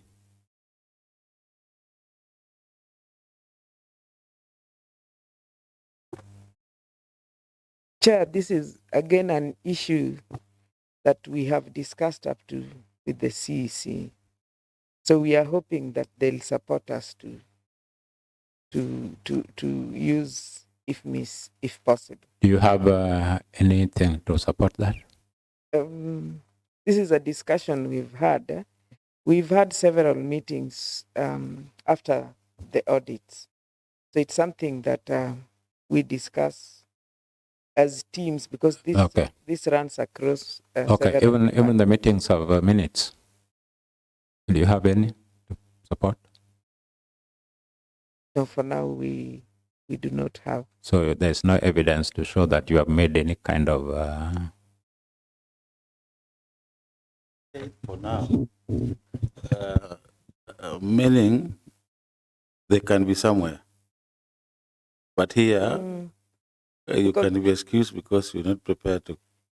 Not really, because when we have meetings with the CEC and the chief officer, the secretary is the county health administrative officer.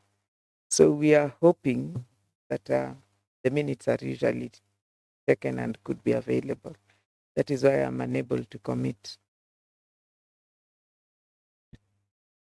Any evidence? We'll just have to advise you or take advice of the auditor so that you see next time it doesn't appear as a prior year issue. You know, you will be coming back and most of these issues, we are going to handle them again.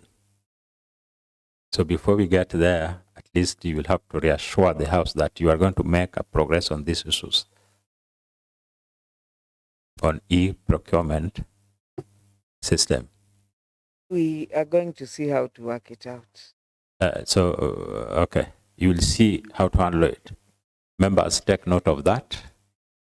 Maybe they are going to be our guests in the coming, yeah. Yeah, it is noted. It's noted, Superintendent. It is noted. Another question? Paragraph number 3 and report on lawfulness and effective use of the public resources is non-compliance with Kenya Quality Model for Health Guidelines, review of hospital records and interviews on verification of services offered, equipment used and medical specialists in the hospital at the time of audit revealed that the hospital did not meet the requirements of Kenya Quality Model for Health Policy.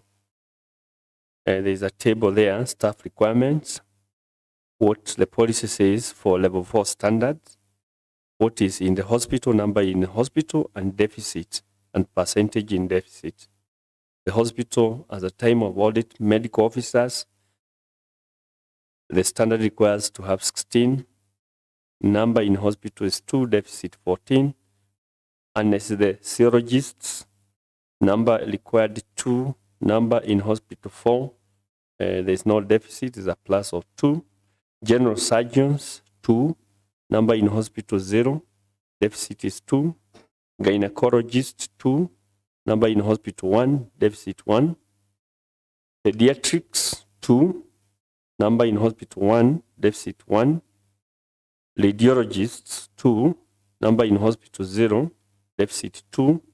Kenya registered community health nurses 75, number in hospital 33, deficit is 42. Overall percentage deficit is 59%. In addition, the hospital lacked the necessary equipment and machines outlined in the health policy guidance as detailed in the table. The surveys, number required and actuals in the hospital plus the variance. Beds, standard requires 150, actual 43, variance of 107. There are stair 2 in labor and 1 in theater, 2, actual 0. Newborn unit incubators, the standard requires 5, actual in the hospital is 4, variance of 1. Newborn unit cots, 5, the standard requires 5, actual available is 8, they have a positive of 3. Functional ICU beds, 6, in the hospital 0, variance 6. High dependency unit, HDU beds, 6, available in the hospital 0, variance 6. Renal units with at least 5 dialysis machines, 5. Actuals in the hospital 0, variance 5. 2 functional operational theaters, maternity and general, 2. The hospital has 1, variance 1. These deficiencies contravene the first schedule of Health Act 2017 and imply that accessing the highest sustainable standard of health, which includes the right to health care services, including reproductive health care, as required by Article 43(1) of the Constitution of Kenya 2010, may not be achieved. In the circumstances, the hospital will not be able to deliver on its mandate. Back to the management. Thank you, Chair. The management takes note of the audit findings. However, we will seek guidance through the County Executive Member of Health on way forward on this matter. So again, this is something that we have discussed with the County Executive Member of Health. Is that in your response, written response? Here you had you are adding some verbal. Sorry. Yeah, but okay. From there, you have just answered that.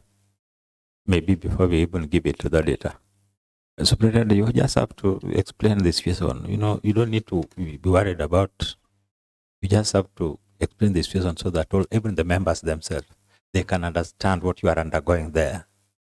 So after that, you can be given opportunity to explain yourself, because there are some things that beyond your control there, but they have to appear in the auditor's report.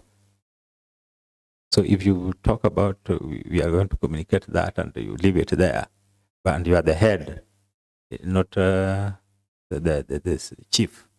You see, now we are. So let us just give you opportunity so that you can explain the problem you are undergoing through, which you may even ask the assembly to help you manage. Thank you.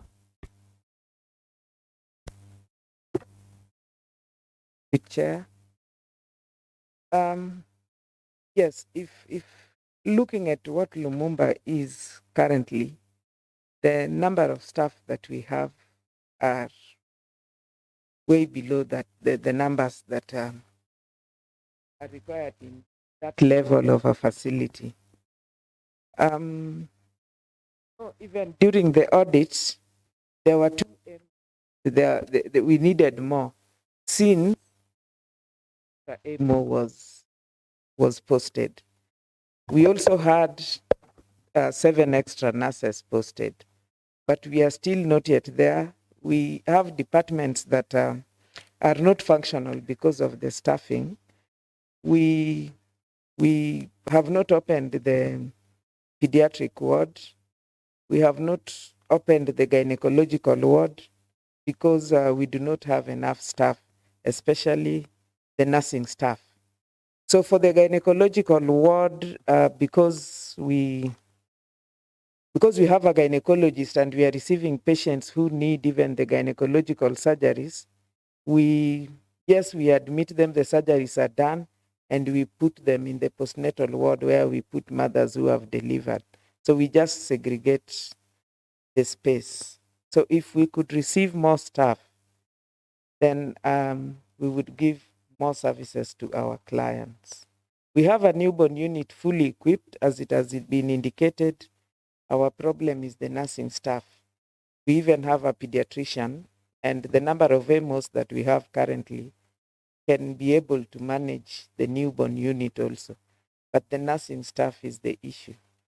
So we are working at a bit a lower level, but we can do better if staffing is improved.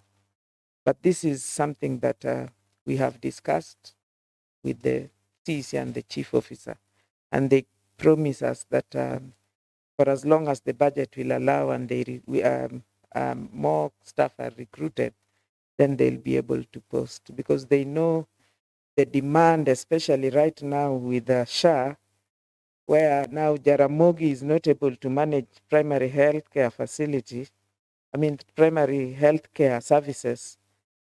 You should come to Lumumba. Even now, if you go, it is a marketplace, because we are giving the primary health care services. Our deliveries, we are nearly conducting deliveries more or less the same as the county referral hospital, but our staffing has remained the same. So we are overstretching. Thank you.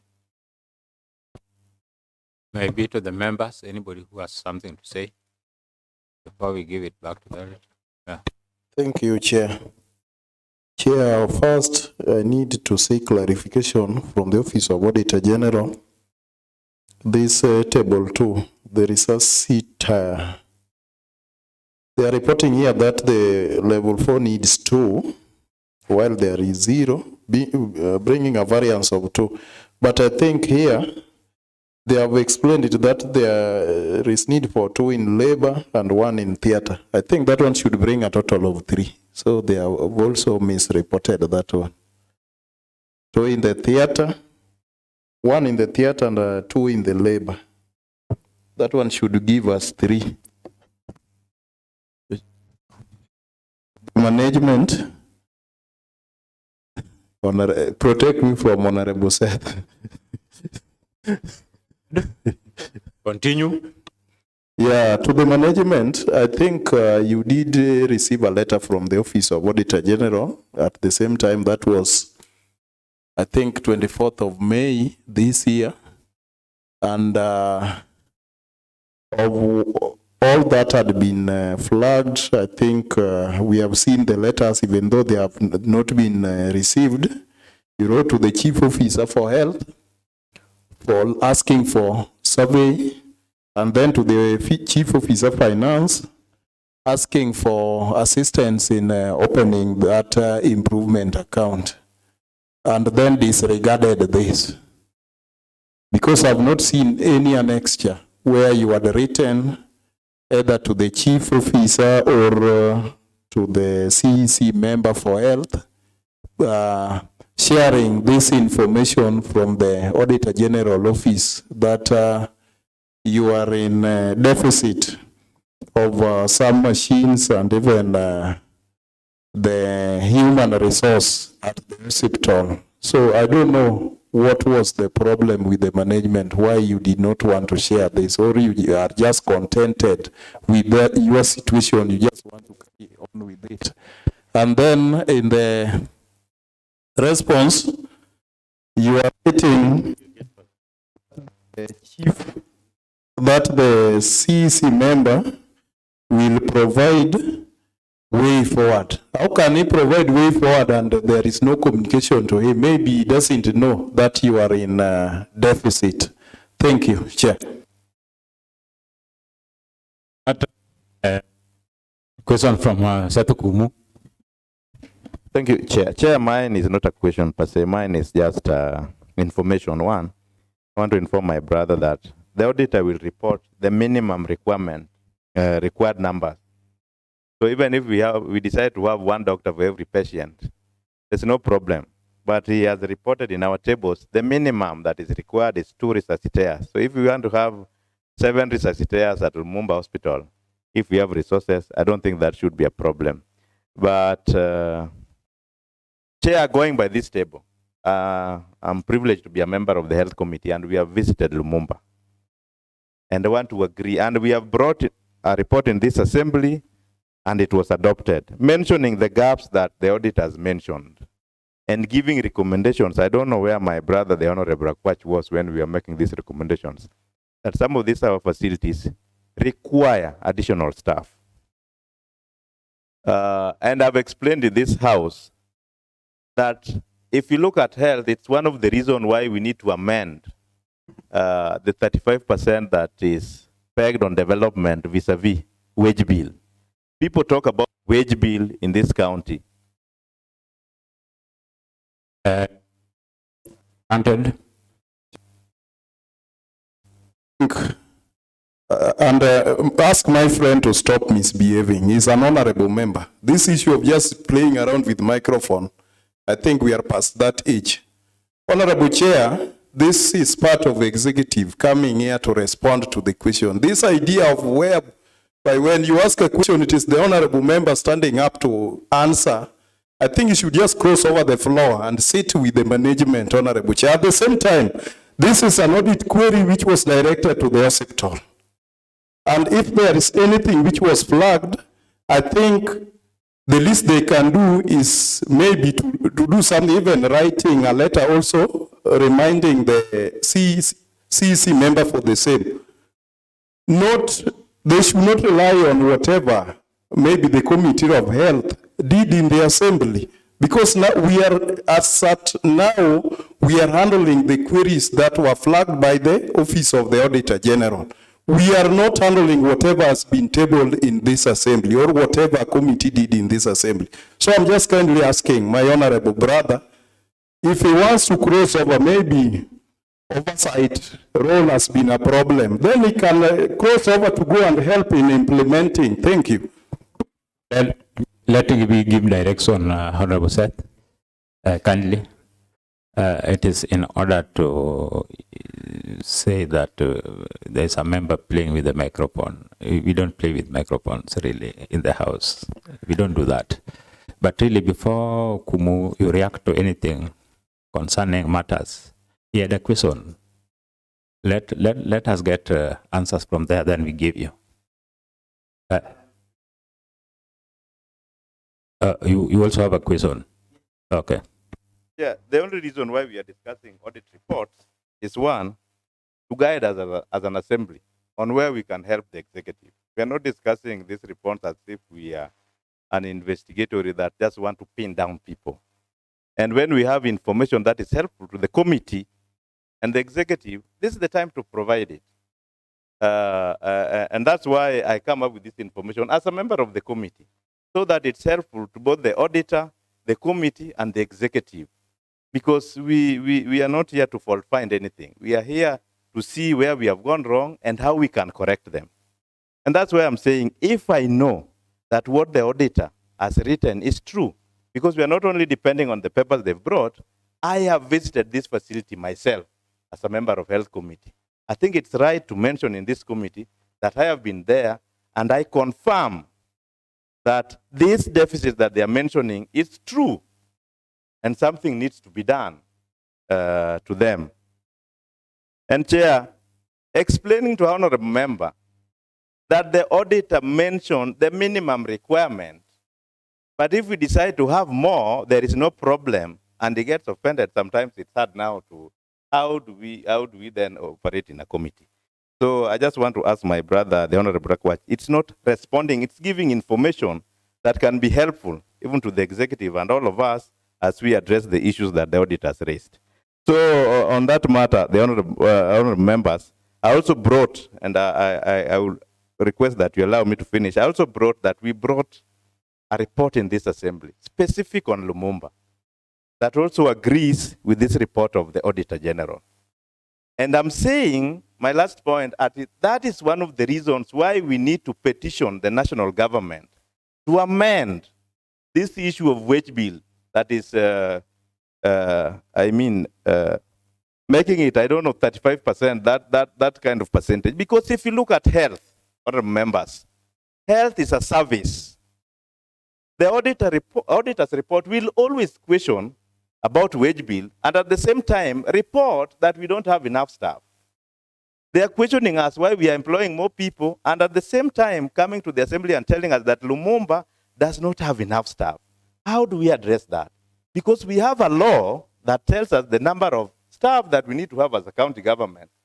But at the same time, they are telling us that we do not have enough staff. As an assembly, these are the reasons why we can petition, so that we change that act. We allow departments like health and education not to be guided by that wage bill act that restrict the number of staff that they can employ, because they are purely a service. They are purely a service. Once we'll be done with the building of the dispensaries and hospitals and providing equipment, all we need is staff. And we cannot say that 35% must go to development, because we don't need brick and mortar. We need nurses, we need doctors, we need clinical officers, we need anesthesiologists as provided in this audit report. Thank you, Chair. That's what I wanted to emphasize. Okay. We are just getting back to you. Do you have anything to say concerning question of Honorable Ruben? Because we understand, yes, some matters are beyond your control, really.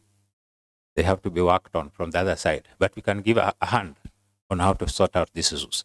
It is true, we had a report in the House, and we adopted the report, which was going around. It was not only Lumumba, it was some other hospitals too. And the gaps were actually explained very clearly. So we understand, despite the fact of all that, we just see how to move ahead and handle the issues. Superintendent, you had talked, maybe.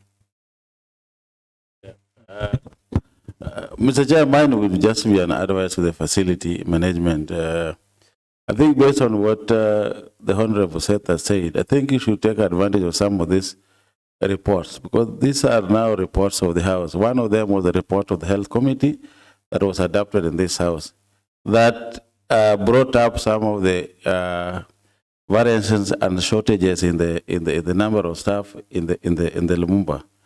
And again, we now have an auditor report also highlighting some of those variances and shortcomings or limitation in terms of number of staff.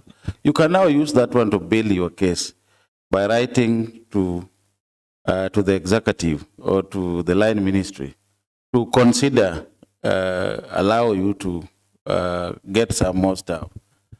You said you've been having meetings. You know, sometimes human beings are human beings. When they are cornered, they will say, like now we are asking for evidence. They can also ask you, What can prove that you guys have been pushing them through that? They can easily say that. But you can now mention or make reference to some of these documents we've adopted in this House as an indication, as evidence that you guys need to be considered for more stuff, so that you bridge some of the gaps that have been highlighted in these things. But if you say, do we go for a meeting, as the minute is taken by whoever is in charge, they get there. When people are cornered, they will want to find a scapegoat and share to find somewhere else to take the blames. And definitely, it will be you, because you are a semi-autonomous entity. You are being crucified on your own when your time comes. Otherwise, that was just my advice for you guys. Thank you. Make a determination on that. It is not resolved, but we understand the situation. Next question. Thank you, Chair. Paragraph 4 under lawfulness is lack of internal audit function and audit committee. Review of hospital operations revealed that the management had not established an internal audit unit and an audit committee of the board. This was contrary to Section 155 of the Public Finance Management Act 2012, which provides for the establishment of an internal audit function and an audit committee of the board. As such, the hospital did not benefit from assurance and advisory services from the internal audit function, as well as oversight from the audit committee. Back to the management. Thank you. Yeah. The management wishes to state that guided by the communication from the Chief Officer, Medical Services, Public Health and Sanitation letter, reference GN 133, volume 17, 379, dated 5th September 2024, Annex 8, we have since formed the audit committee. See the attached letters, Annex 9. Thank you.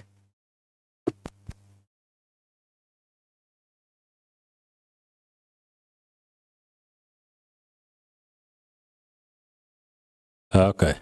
Back to the data. Current status of issue is partially addressed. Management does not have an internal audit function. However, through a letter dated 5th September 2024, the facilities were asked to form audit committees, and subsequently the facility appointed audit committee members through a letter dated 10th September 2024. Back to the management. You did. When did you do the letter?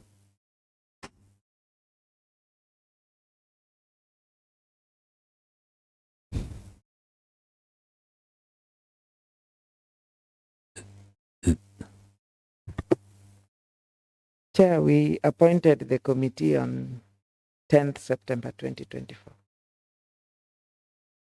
After the chief officer wrote to us to form the audit committees. When was the letter for the chief? The chief wrote the letter on 5th of September 2024. 2020? 5th September 2024. Then we appointed on 10th September 2024. And the letter was on 10th July. Your letter to the chief.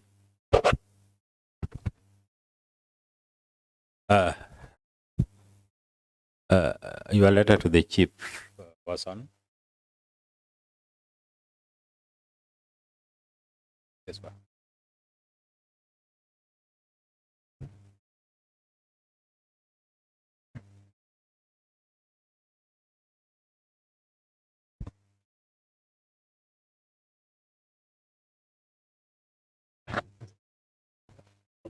Okay, thank you. Yeah.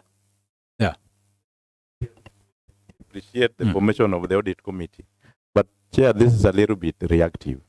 I think this audit committee was formed in response to their coming to the assembly. Because remember, this is the audit of 2022-2023. That's when it was raised that we don't have an audit committee. So from then, a whole 2023-2024, we did not form it. And then in the 2024-2025, which started in July, we formed it in September. So I don't think, yes, we've done it and we really appreciate it, but if you look at the action, it has taken too long. I think we need to be responding to some of these audit queries as soon as possible, because I don't think it was hard forming audit committee immediately after we got this audit report. Thank you, Chair.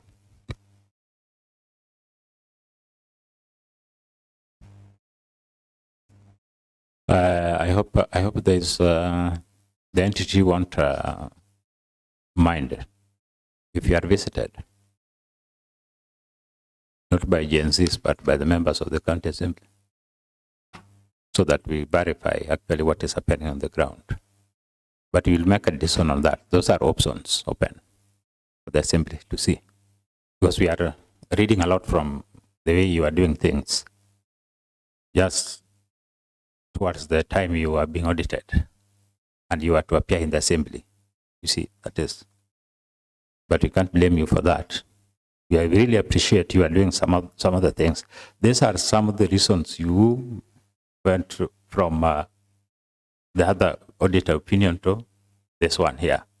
And we really appreciate. But we urge that you put them into action so that next time when you come here, we don't ask about all these things. Unless, yeah, and remember.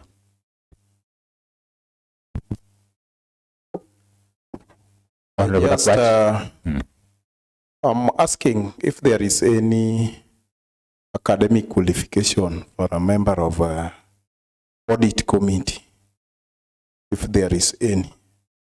Maybe I can get the response from the management or from Honorable Seth. Honorable Akwach. Allow me to respond. Very fast. If you allow Honorable Seth to respond as you are, okay? Seth.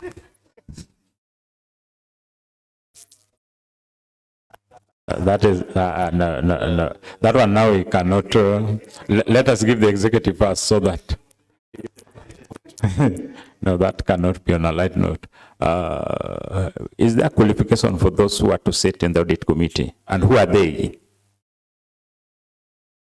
All the criteria. Yes, used to identify those to sit, the criteria.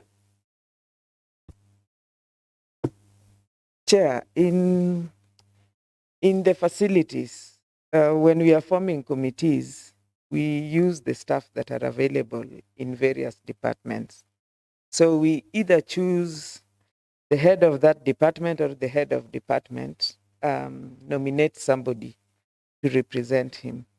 So with this, since we were informed that we need to form a committee, in the letter we were not given the specifics or the qualifications that we need. So we decided to use the members that we have in the facility. Because we have the only accountant we have is our accounts clerk. Earlier, we also thought that the audit committee should actually be a departmental one. And that is the reason why this delayed. It's not really reactionary, but even as we were discussing, we thought the audit committee should have people who have done accounting. So we were wondering how we are to form in the facility because we only have one accounts clerk. Then after those discussions, we usually have meetings where we give reports to the executive. And sometimes that is where we discuss these things and inform them that we are having these audit queries coming every now and then. Can we be allowed to form the audit committees? Or is this audit committee supposed to be a departmental one? So that is when the chief officer now said that because the hospitals are regarded as entities, he will write a letter so that now we can respond by forming the audit committee. We've not been informed about the qualifications. Thank you. You have to take note that audit is not just a matter of accounting. It requires a lot. It will be explained by somebody here who has done a lot of audit matters, the vice chair. It is not only on that line. Even in terms of health, delivery of services, all the departments, that is just auditing. It is not only a matter of taking a pen and calculating maths and all that. Onditi, what would you say, Vice Chair? I don't have much to say for now. Thank you. Yes, Honorable Kumu. Chair, going by the audit query, I think it's mentioned that this was contrary to Section 155 of Public Finance Management Act 2012, which provides for establishment of internal audit functions and an audit committee of the board. So did they look at that act as they were forming the board? Especially that section that was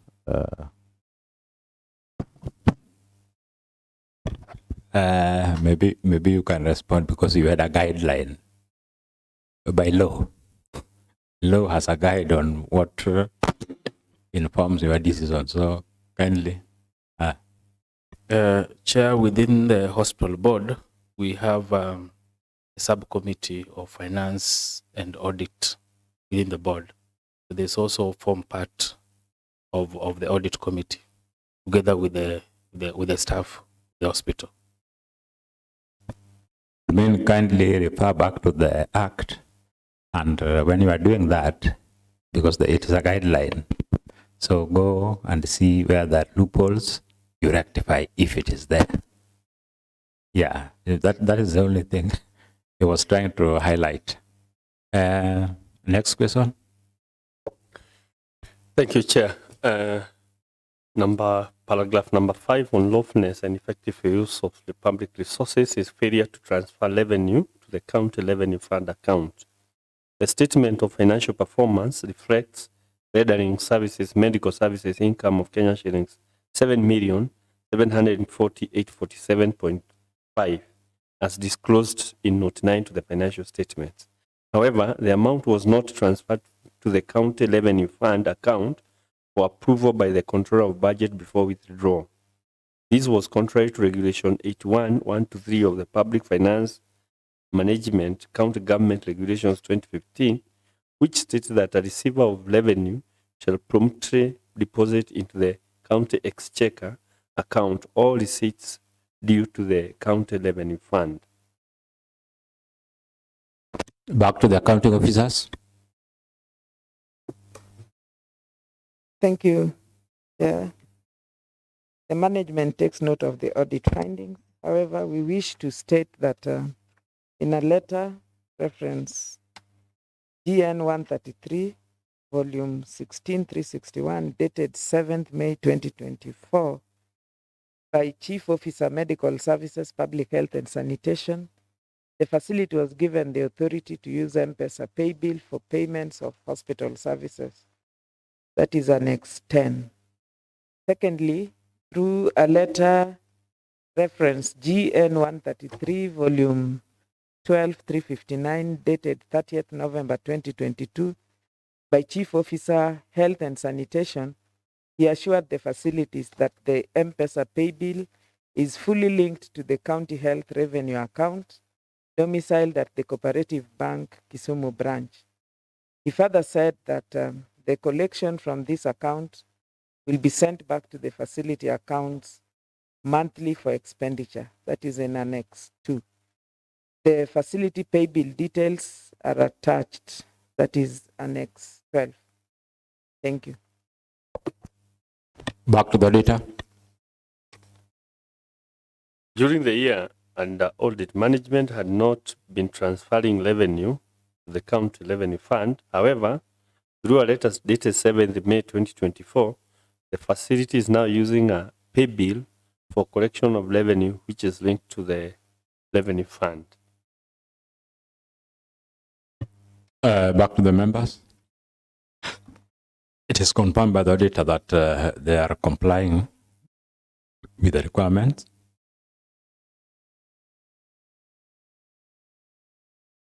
Next question.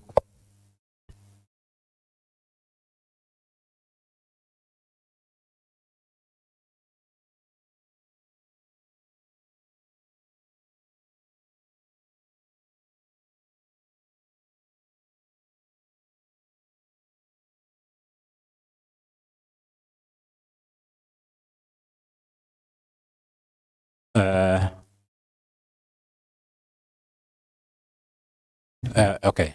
I think we are coming to an end of the exercise. Audit queries on Lumumba Level 4 Hospital. I would like to give members the opportunity to say one, two. We'll start with Honorable Akwach.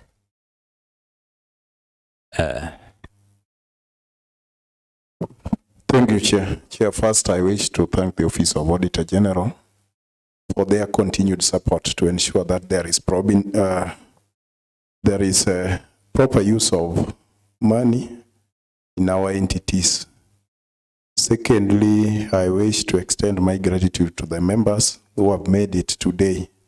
You know, today is a day we always go back to our wards and meet our electorates as we attend to maybe the issues that we have back there.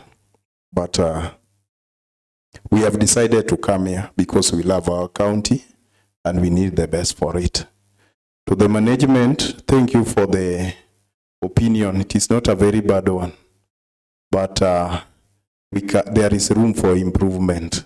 If we can support, if we can give this all the supporting documents in time, especially at the time of audit, and tighten the knots on those areas that have been highlighted, then I know in future we will improve a lot.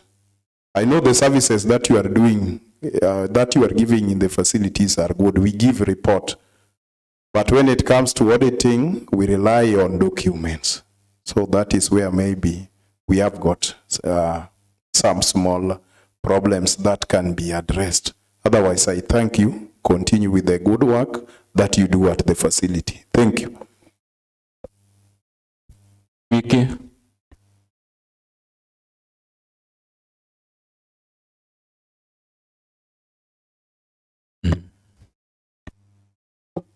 Thank you, Honorable Chair. I just want to thank my colleagues and the staff from Lumumba Hospital for availing themselves today so that we can go through this process together. And I also just want to thank you for, being open to this probe and, just helping us put things in the clear for the betterment of this community.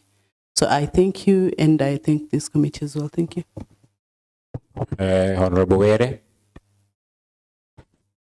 Thank you, Chair. Chair, I want to commend this committee for having spared the available time to be here so that this can be resolved. I want to extend my appreciation to our management team from Lumumba.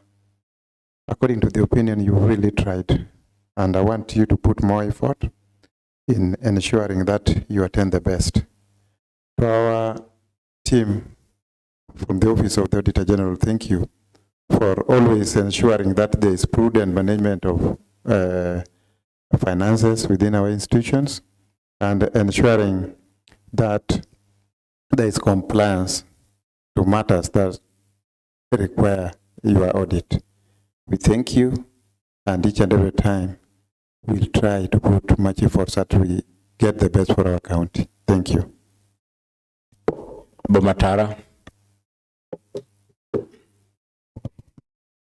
Thank you, Chair, for this opportunity you've given to me. First, I want to congratulate the management for making their time to be with us.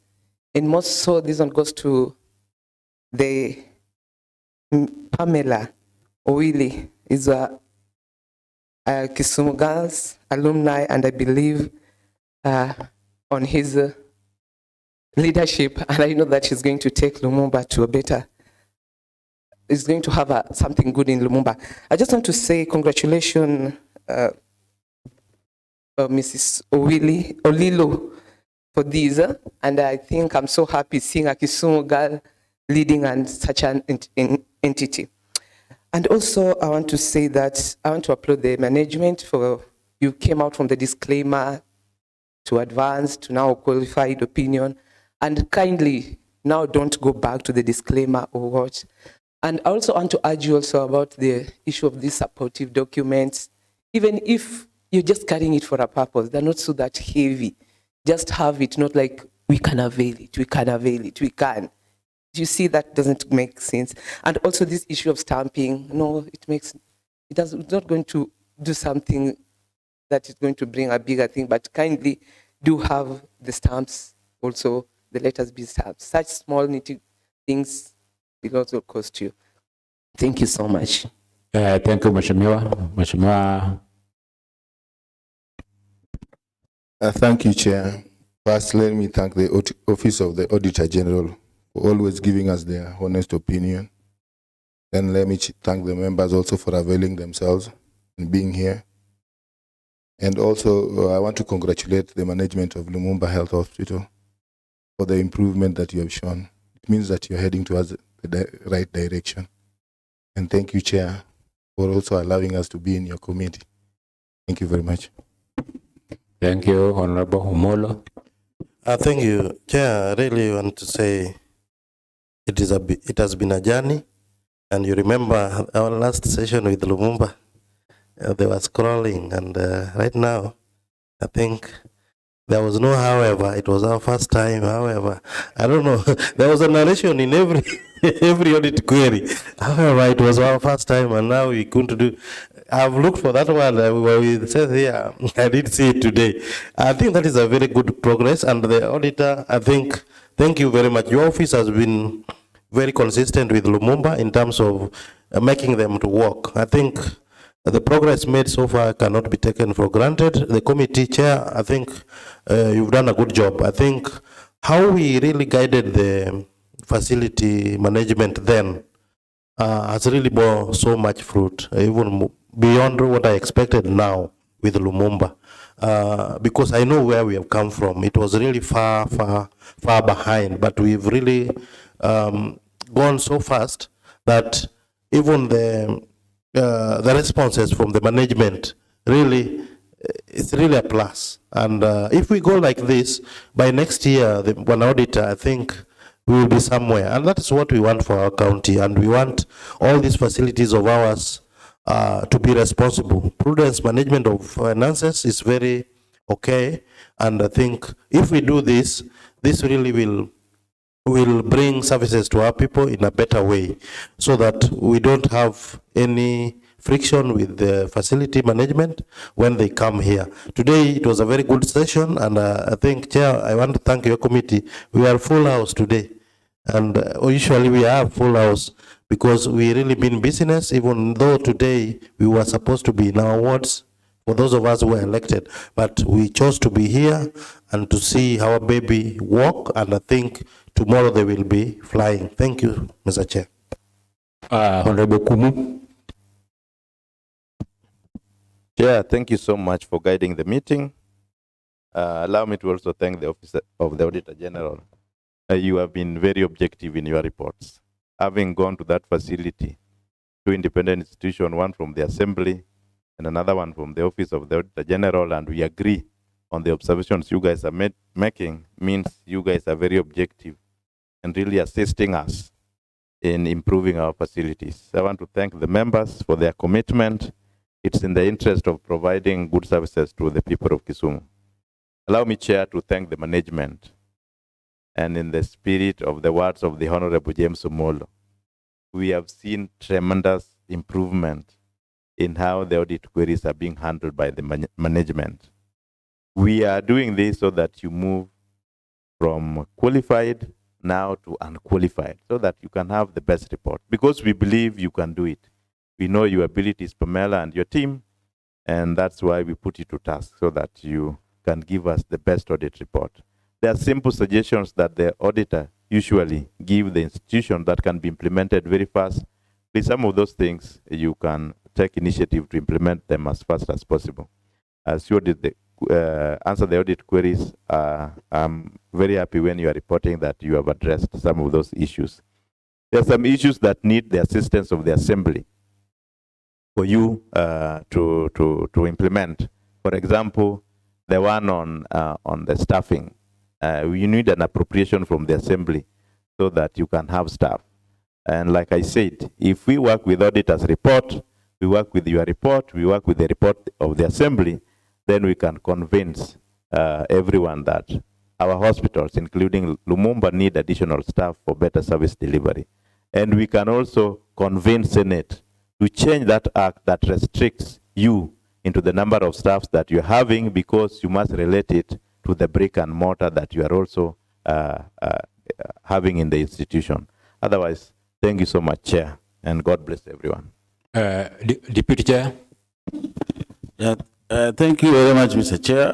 Mr. Chair, I want to start by thanking you for guiding this meeting in a very organized manner. I also want to thank the Office of the Auditor General for ensuring that we work, we use our resources prudently, and we also comply with the law.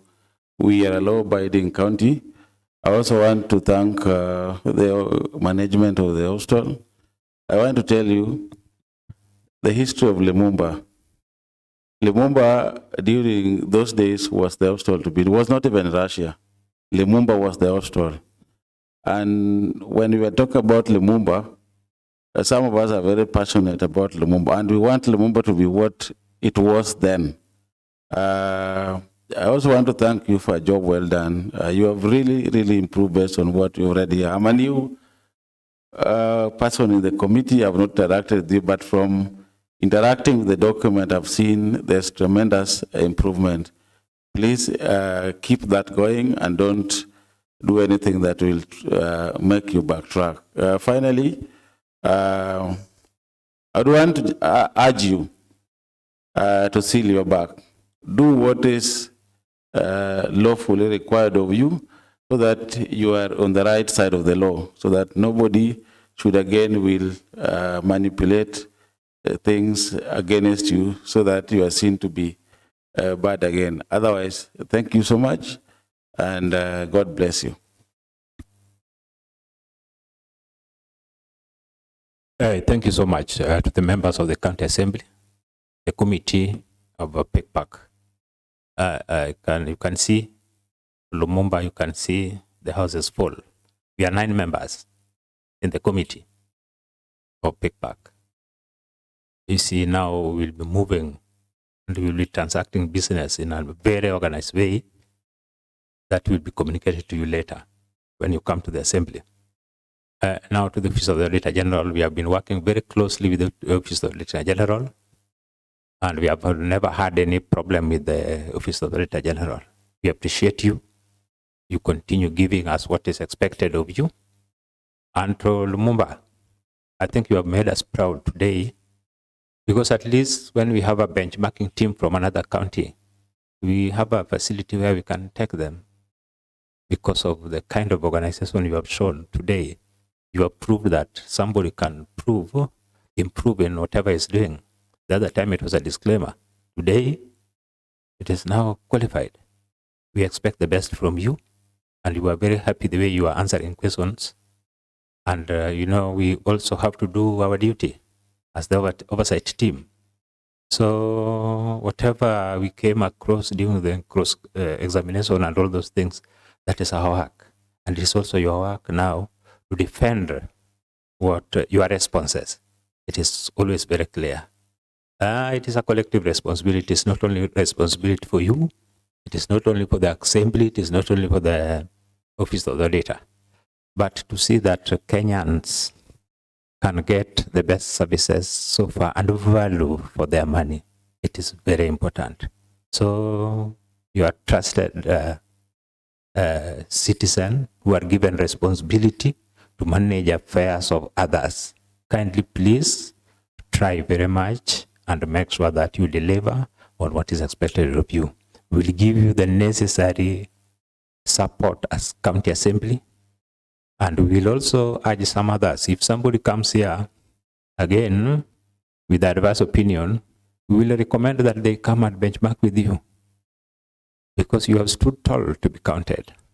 So when you see such kind of visitors, maybe from some other hospitals, kindly please allow so that you help them how to manage, how you came from the other worst opinion to second best so far. Otherwise, thank you so much. Let me announce that we have our lunch today at the county service service club. We have our lunch there. We are going there immediately after this. And kindly, when our visitors leave, we have Moroni. They have something to tell us here before they leave, before they go to the office of the auditor. We are to meet them, but they have some problems here to explain, apart from just appearing. So members remain seated as our visitors are escorted out. And the meeting remain adjourned. Thank you.